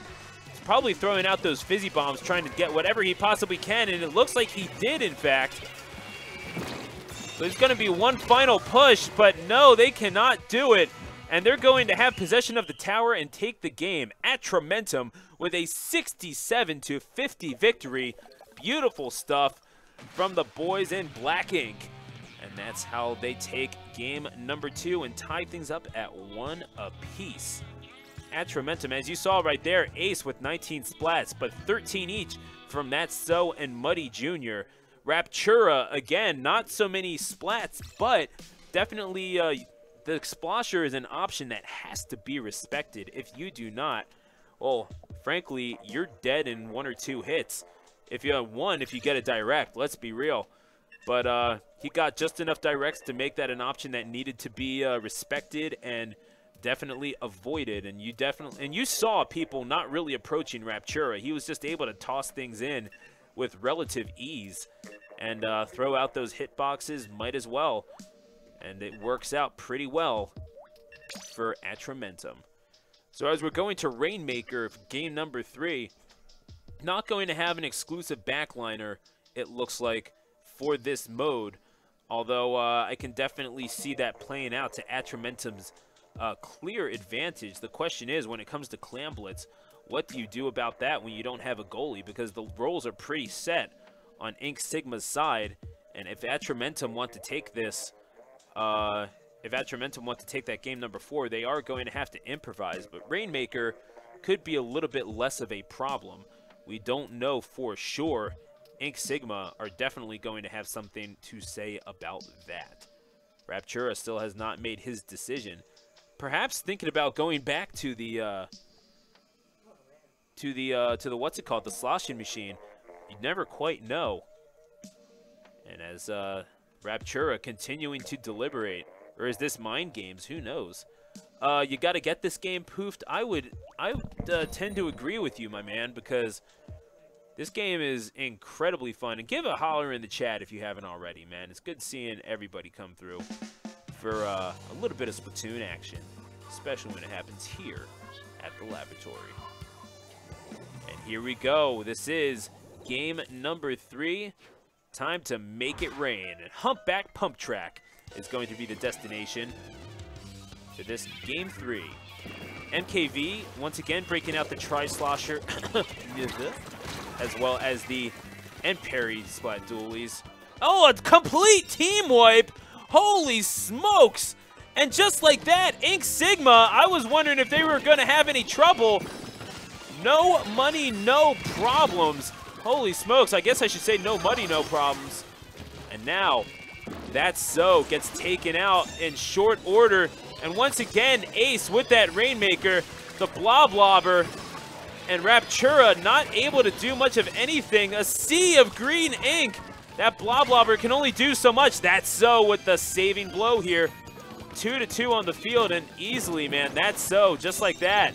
They're going to make a push. They're going to have to do so here, but they can't reset it here. That's the trouble. They're trying to push forward, but man, oh man. Yeah, Humpback Pump Track. It's an amazing name. I do agree. And that so gets taken out by Ace once again with that forward splatter shot pro, and on his team once again. I almost didn't have time for the lineups. That's amazing. Splats MKV, who was using that tri-slosher. But Ace using that forward splatter shot pro. He's joined by Heavy Splatling and Parry Doolies, and the Custom Blaster opposing him. The Tensitech splatter shot of Muddy, the Blob Lobber of Raptura, Octo shot of That So, and MKV with the tri-slosher Yuzu. Raptura gets taken out, so the Blob Lobber, which doesn't see a lot of competitive play, but is the bane of a lot of people's existences in casual. Yeah, you can reset it from the sides, but just was not able to get to the side from what it looked like. It was just all closed down with green ink. They decided to go center, which I guess I can respect. But, hey, you know what? It's the thing is, if you decide to reset it, you're only going to have it pushed back into your zone at some point. And yeah, no, I've been playing this game for quite some time, so don't worry, I've got you back. But we do appreciate y'all, cats. Thank you so much for coming through. And oh my gosh, that is a big double from Ace, and he's gonna roll through. But hey, you know what? Hey, I'm here. I've got some splat bombs, and you're definitely gonna want to respect that option that I have. And Licks says, well, you know what? You better respect me. There is a lot of disrespect going on, all things considered. The gents in orange having not a whole lot to say about the aggression being presented by Ink Sigma, as it is a 70-17 advantage on the field, on the board right now. Licks throwing out those curling bombs. Why not? Provide yourself a little bit more of a path. And yeah, there is some absolute shenaniganry going on right now from Ink Sigma. And it's hard to see what they're going to do for an answer right now at Trementum. Ace coming through. They're going to push forward. Could they get the knockout blow right here? Oh, trying to go around, but Raptura with the Blob Lobber to the face.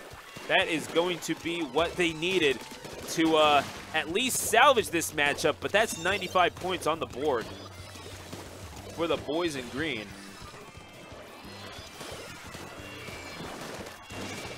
Raptura throwing out those hitboxes. He's not finding anything. Eventually tags Astro. And hey, you know what? You miss 100% of the shots you don't take, so you might as well throw it out there. Puts the biscuit in the basket in that case, and Raptura with an absolute slapper with that Blob Lobber. And that's a 3-1 advantage on the field. If they're going to make a push, they're going to do it here. Wait a second. Oh, they got it all the way up to 80 points. 80-95 on the board right now.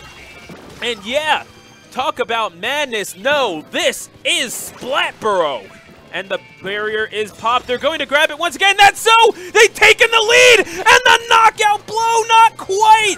99-95. The full team wipe just in time from Ink Sigma, who now they need the knockout victory. They've taken it so far. I have no idea how they managed that, quite frankly. That was sheer willpower that allowed Raptura and company to get through. And that is, not sure that you understand. I'm not sure I understand. What are you talking about? This is craziness. Snugs with the last-ditch attempt, but he's going to be stuffed at the line. And it is now overtime. All they need to do is pop the barrier. And no, that's it. They lose the Rainmaker, and they sneak away somehow with game number 3 due at Trementum to go up 2-1. At Trementum, at the very end, Muddy Jr. and MKV with 16 and 11 splats respectively. But you saw the number of splats on Ink Sigma's side. They were dominating the proceedings of that matchup, but just could not prevent that last minute, just absolute sneaky business at the end from Raptura just driving his way through. I have no idea how that wound up working. He was just worming his way through, and we usually we see Muddy Jr. kind of sneaking through. He works so well in tight areas, and definitely taking some inspiration where his whole team, they did not have a whole lot of room to work with in terms of ink for that final push. But eventually they did so, and that is how the story of Game 3 will be written. So now it's going to be Atramentum looking to click up their pens, dip their pens into that black ink, and write out their fairy tale ending to this particular story and see if they can go undefeated in this team's tournament and take out Ink Sigma, who, frankly, this is the first time that they've ever received some a true test here of their mettle, because they dominated Splat for Hope last week under a different name, Exaltation, in Virginia, in Chantilly, Virginia, hosted by Switch Versus as well. And they're looking to complete their conquest here, but Muddy Jr., That's So, Raptura, and MKV, a couple of 4 Philly boys done good. They're looking to seal the deal here and solidify their place and solidify their opposition to Ink Sigma here. And say, hey, you know what? You might think that you're dominant, but how dominant can you be when you are losing to us? Either way, we'll have to see if their ship has come in or if Ink Sigma is going to stage a mutiny here in game number 4. It's time for a Clam Blitz. Ace breaking out that Ford Splattershot Pro. He's being accompanied by Ink Astro's Ballpoint Splatling. That is one of his mains. He's being broken out in this finals for the first time here today. And he's accompanied by the N-Parry Dualies and the Kensa Dualies, although the Kensa Dualies have been taken out of commission very quickly by Atramentum, who are dealing with Muddy Jr. and his Tentatech. Well, if only for a short period of time. But anyway, that Tentatech, the sloshing machine coming out from Raptura. We're seeing old school Raptura coming through. This is old school North Philly. Hey, how you doing? Get yourself washed. And then the Splattershot Pro as well. I can only assume that that's so. And then the Slosher Deco coming out from MKX. And now Licks with the misfire. He's going to try to get that. He's going to try to get that slam dunk, and yeah, that is some slam ball stuff right there. Go off the trampoline and hit him with the dunk. Shoutouts to slam ball. I miss slam ball. MKV. Oh, they're trying to play some defense, but Astro and Ink Sigma, they are trying to make a statement here. 59 points on the board. They're looking for everything they possibly can early on. But then again, as we saw from game number 3, is no guarantee that that's going to be a. There's no guarantee for that to be a victory. Sorry if I was yelling, folks. It was okay. Fair enough.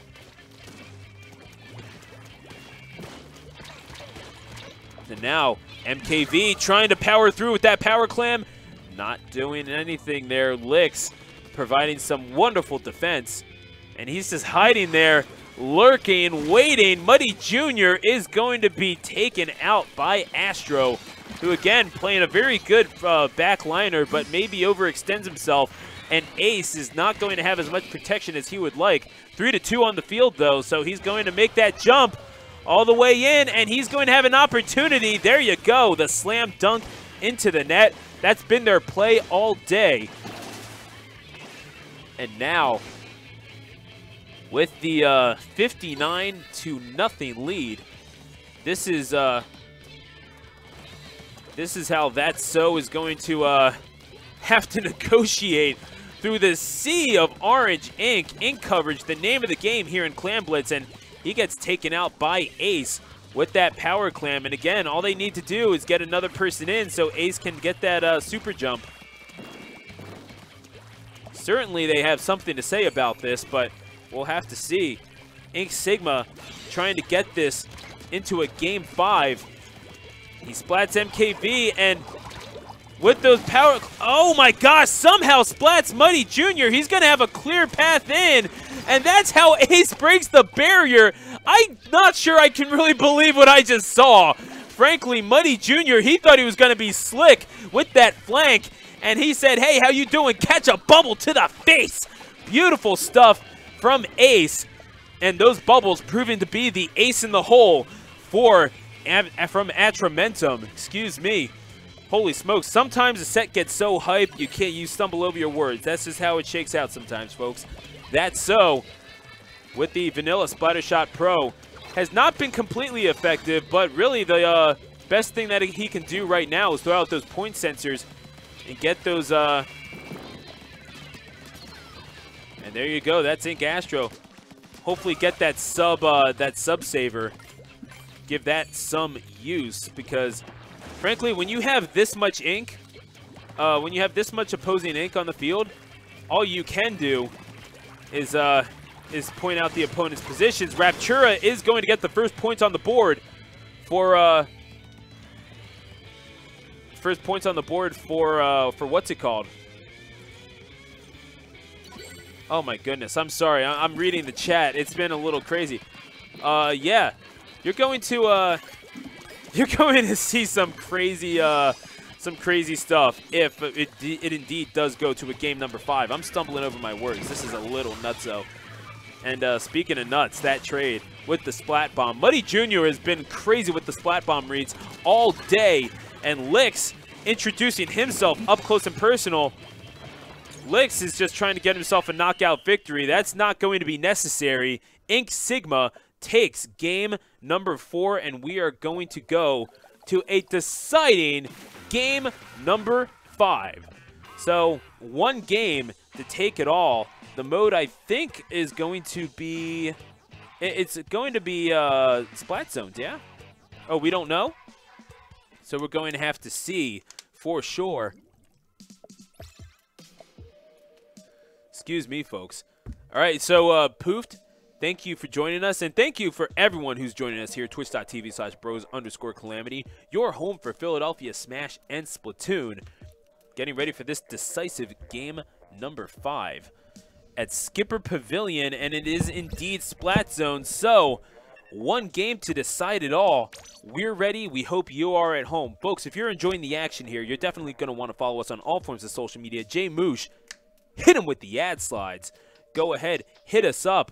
The Gaming Lab _ on Instagram, Facebook.com/TheGamingLab, Bros Calamity VODs on YouTube, and of course, you can follow us on Twitter for all the updates here at the laboratory at Bros_Calamity.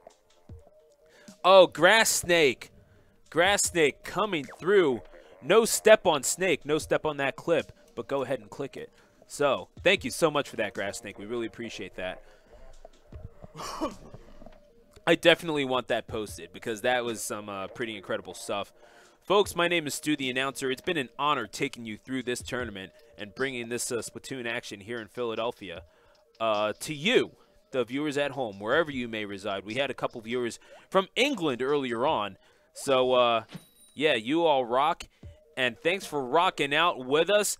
And it's time for the grand finale here in the grand finals here at Philly Switch versus numero 12. That's number 12 and Espanol Perfecto. And now Muddy Jr. and company versus Astro and his Ink Sigma. Who wants it more? The Ford Splattershot Pro Heavy Splatling Deco, the Enperry Dualies, and the Splash-O-Matic coming out for Team Ink Sigma. However, Raptura is going to oppose him with that Kensa Undercover Brella, as well as the Splattershot Jr. Vanilla Splattershot Pro from That So, and the, one more time, folks, Tri-Slosher Nieve. There's a reason I speak Spanish and not French, y'all. But Raptura is going to be slowed down by that Toxic Mist. But the price that he will pay for that is getting 2 point sensors out. That's So.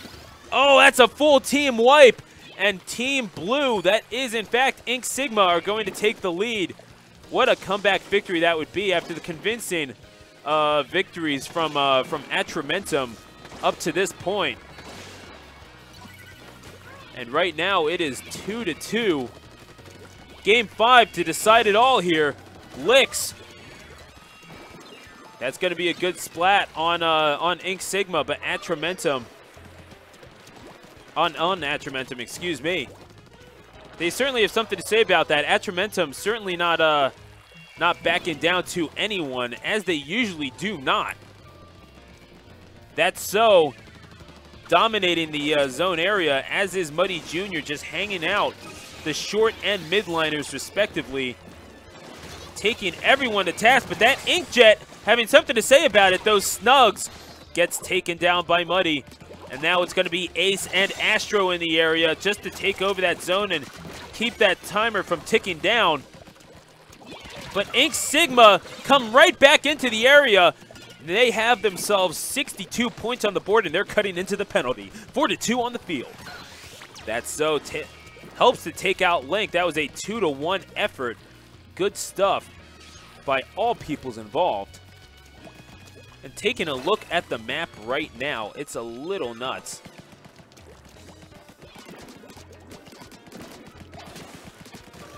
Ace gets taken out by that So, but there are bubbles about.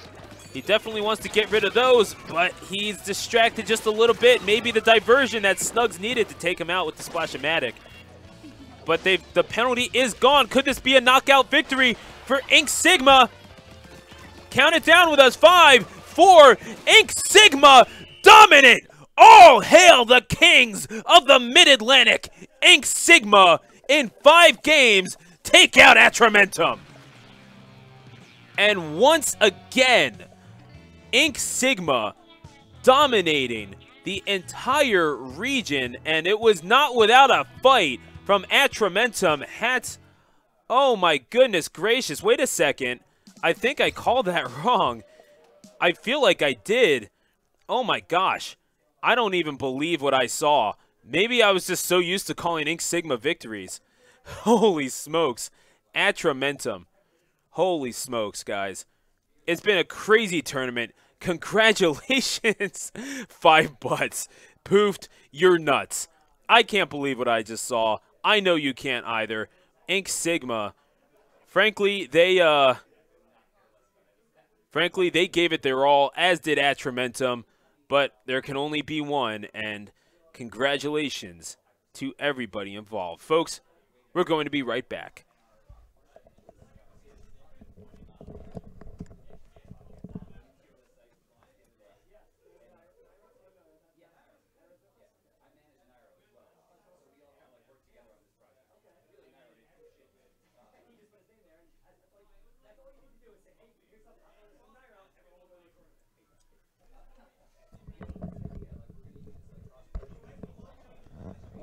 Folks, that was a little bit crazy, not going to lie. Stu, the announcer, with you here. Atramentum, unbelievably. I mean, you could say Ink Sigma are the kings of the Mid-Atlantic, but Atramentum saying, you know what, you will not extend your empire up to Philadelphia. This is our territory. And the kings of the Mid-Atlantic, we find no such authority here. Philadelphia has a history of toppling kings. What can we say? And Atramentum definitely carrying on that tradition with a 3-2 victory. Was not without a fight that Ink Sigma went down, but the knockout victory was provided by Atramentum. The black ink flows through the streets of Splatboro here tonight. And now, that's going to do it for this Splatoon Teams Tournament. Wonderful job by Atramentum and Ink Sigma, but ultimately, in the words of Connor McLeod, there can be only one, and indeed, that is the. Sorry. Oh, but indeed, that is the. You know what? Hey, friends being made all around here at the laboratory. Atramentum with the victory. I couldn't even believe that that Ink Sigma lost this. One of the few times that we saw Ink Sigma lose. We saw them dominate last week under the name Exaltation at Splat for Hope in Virginia, but it is going to be it's going to be absolutely nuts going forward here at Switch Versus. Of course, we have Smash Ultimate coming out in less than a week. We have the Splatoon 4v4 tournaments that are going to continue hopefully until the end of time because, frankly, I'm loving this. And we have Mario Party here, Mario Tennis Aces, so many things that happen here at the laboratory. And we want to thank Dragon Warrior for affiliating themselves with us. Yeah, that's so with the victory pose. Why not? Yeah, Raptura. Oh, man, Raptura coming through. And Atramentum having the black ink flow throughout Philly. And Raptura, definitely a key part of that. Go ahead and put that headset on. You deserve it. You are the victor. First of all, congratulations on a hard-fought 5-game victory. Thanks again. Thanks again. I misinputted a lot in the first game, but, I mean, it happens. It does happen indeed. But like, why am I stingering down here? That's an accident. It happens. It happens. But then again, it's you wound up winning games 1, 2, 3, and 5, I believe it was. I think so. Yeah. Yeah. We saw that, and you kind of outranged in game number 1. We saw that, but then we saw game number 2. You breaking out the Explosher almost as a response to that. Yeah, well, we did have a backliner, so I decided to try to play backline. But I felt like even after that game, it didn't work too well. So I just went back to doing Kent's Undercover and Machine. So I wouldn't say that it didn't work. It was more just that you didn't get the splats, but it allowed other people to do it. Just because you're throwing out hurt boxes, you might as well have that be as an option to be respected. At least that's what I saw from the commentator's perspective, from the camera over here. And like there was a lot of paint down, which was important. So it was mainly us just making sure that they didn't get back into our base when we're on the defensive, which was like the main thing that we were lacking in the first game. So. No, and take us through that game number 3 where Ink Sigma so close to going up 2-1, and then the last minute push with the Rainmaker. Was that you with the Rainmaker, or was that Muddy? Which map was that? That was Humpback. Humpback. That was I was going to try to grab the Rainmaker, but then I got stuck in the rail. Yeah, I saw that. Someone else grabbed it. I want to say it was Muddy, honestly. I think it was. I think it was either Muddy or that. So, but I mean, the only thing I did was provide the pathway for them to go because I provide the rain as well as the path because I was using Blobber. Yeah, no, I saw that. No, you were throwing out those. You were just throwing them out, and sometimes it just works. You gotta do it, and that was a sneaky push at the end, and it made them require a knockout victory, which of course they did not get at the final seconds. So it's cool to bring back Explosion and Blobber since I haven't really played in the last like couple, maybe like a month or so. So yeah, it's great to try to bring it back. But hey, without that, it's a 3-1 victory. So an amazing push at the end, and of course, take us through that game number 5, that knockout victory. What were your thoughts on that? Game number 5, that was that just happened. That was Skipper Zones. So yeah, I mean the entire strategy for that game was like, okay, I didn't want to play backliner again, so I ended up playing Kent's Undercover. And I know that Torpedo is really strong to just like scope out where enemies are, so I can see where Torpedo is actually flying, so I know which way they're pushing, whether they're pushing in from the top mid or from their side, their like steps area. I mean, for the most part, it was just like, just don't lose your engages. If there's anyone that's coming onto the zone, call it out. Make sure that that everybody is there to support the fight. And just keep the zone as long as possible. And we ended up getting a knockout because of it. So, solid strategy. You wound up taking out a team that has not lost a Switch Versus tournament yet. They dominated the tournament in Chantilly, Virginia last week for Splat for Hope. Took down Maryland, won the first Xanadu there. And they were trying to extend their empire up north, but you know what? Philly has a habit of knocking down kings, apparently. Absolutely. So, what's your going forward? Do you think that this is going to be a permanent fixture of a team, or is this a one-time thing? For Atramentum, I know Atramentum is that's So's team, and Muddy is a tryout for them right now, and I'm also like trying out. I'm probably just going to stay as a sub since I'm on a new team that just started called Overpower, and we're now Div 2 and Ludi, so I'm sort of engaged in that. But like Atramentum as a team is a pretty well-known team. Last I saw, they were like 11th place in the Sendo ladder before it ended. I thought it was higher personally. I think it was 11th, and then Ink Sigma was like 6. Yeah, like that's that. true. Yeah. So I mean, you could probably ask Datso a bit more about that. I'll probably bring him back in to talk more about Atramentum, since I don't know too much about the history of the team. Yeah, but go in ahead. general, me, Muddy, and Datso, we work pretty well together, and MK pretty good on the team as well. So. No, MK was providing those key things, and the thing is that not the star of the team, but not everyone can be a Michael. Not everyone needs to be a Michael Jordan or a Scottie Pippen. Sometimes you need the Ron Harper, the Tony Kukoc, the Steve Kerrs. You know, and that was a good, solid gameplay from MKV to get those critical splats when needed, and double digits in a lot of those games. Absolutely. So solid stuff. Yeah, and that's more me and MK's job there, is to just like keep the team together, make sure that that all the plays are carried out safely and effectively. And Muddy and Datso doing more of the carry, the front line roles. So. Yeah, and so finally, it looks like we're selling a guy on Splatoon 2, which is awesome. Poofed, hey man, we would love to have you here playing at the next Switch versus tournament, man. What's up? Hey man, absolutely. Yeah, we'd love to have MKV back for sure. Absolutely. Yeah, Poofed, like Splatoon, I think the hardest part about it is just like picking up with the controller and actually wanting to play the game. The game is a lot of fun. But, oh my gosh! But yes. like it is the funnest game I've ever played. Yeah, actually the funnest game I've ever played. But like you might be a little bit like disoriented just by playing the game for the first time. So maybe just pick it up. You don't have to dive right into to motion controls right away like all the professional players do.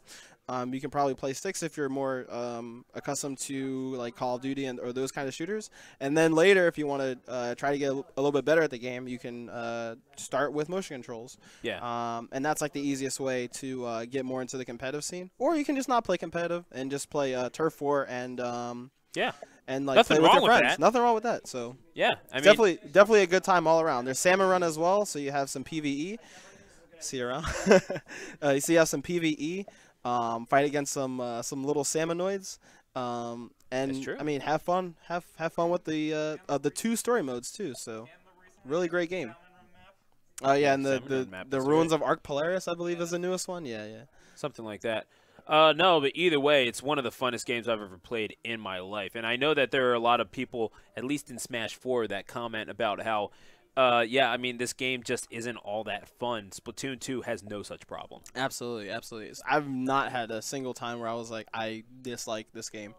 This game has been the best ever since I picked it up about it. Actually on release day, so last year. And, same here, yeah. In the summer, yeah. Yeah, no, I was in Colorado when I picked it up, and nice. It's just one of the funnest things. I remember not being super sold on it, and like at least the first game for some reason just didn't really feel right to me. But then I will warn you, if you do play with motion controls, it ruins your experience for literally every other shooter. Like, that's the whole thing. Because I was playing Fortnite and trying to move the gyro, and I'm just like, what? This sucks. I have to use sticks?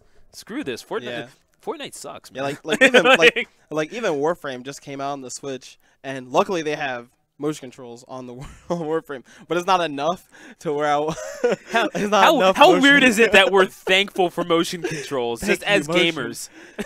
It's so weird. I mean, we're literally the only group of gamers that like it. The stick, like you can't do enough with the stick. Yeah. Like, it's good for providing something like that. Other than that, you know, I'm good on motion controls. You don't need to have it too much. Though I actually wouldn't mind motion controls in Smash. Hear me out. No. Solely for mashing.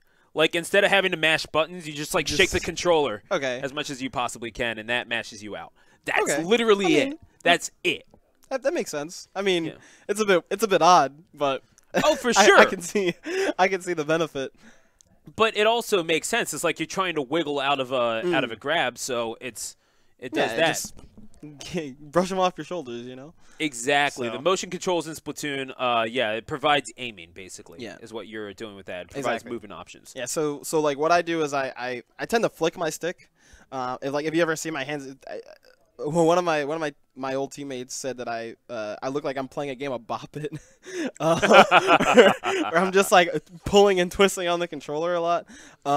So mainly it's like I use the motion control for like more fine aiming. So it's like I know where my crosshair is. If my opponent is on the screen, I use my motion controls to move to that target. While I just use a stick for mainly camera. If I want to move my camera like right behind me, I'll flick the stick a bit more. But I won't use the motion for that because that's a bit. I have to like. Drive like a car or like a truck. Yeah, seriously. to move the camera around that much, but yeah, true. No, and from there, that's just kind of when things get messy. So exactly. Don't really want to be doing that. But regardless, Raptura, amazing job. Thank you. Look forward to seeing you here again. It's always a treat watching you. It's great because I won both of the events today. That's true. That's true. Are you the only person that won both of them, or?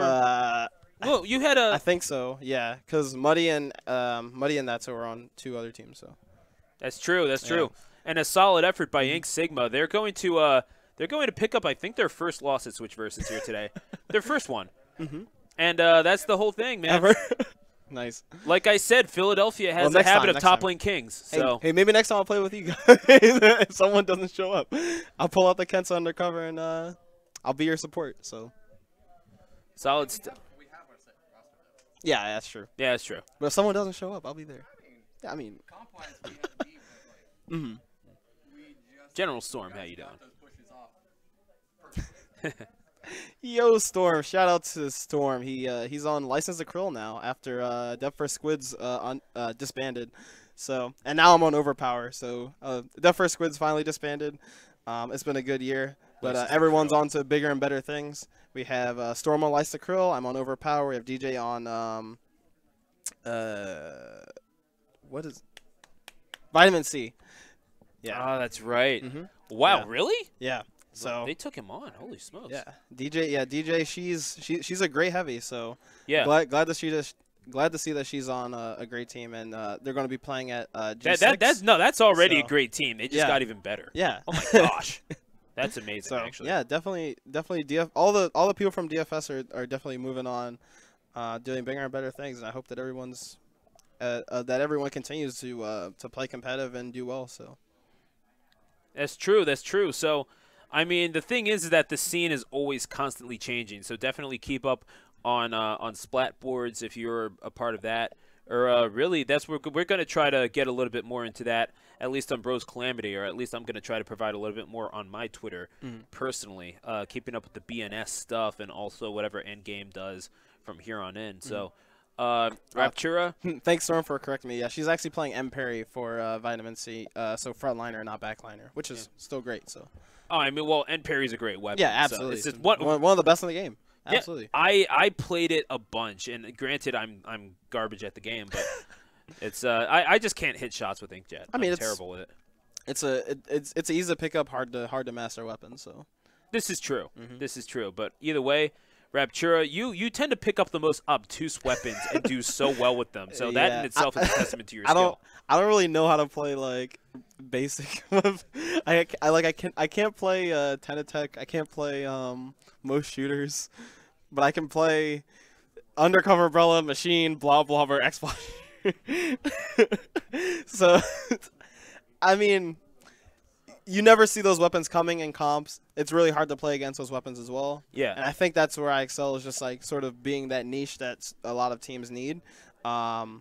Everyone who actually knows Splatoon in the chat thinks you're out of your mind right now, by the way. Absolutely. Yeah. I mean, I wouldn't put it past them. I also play 96, which is like the one. Oh, I love it.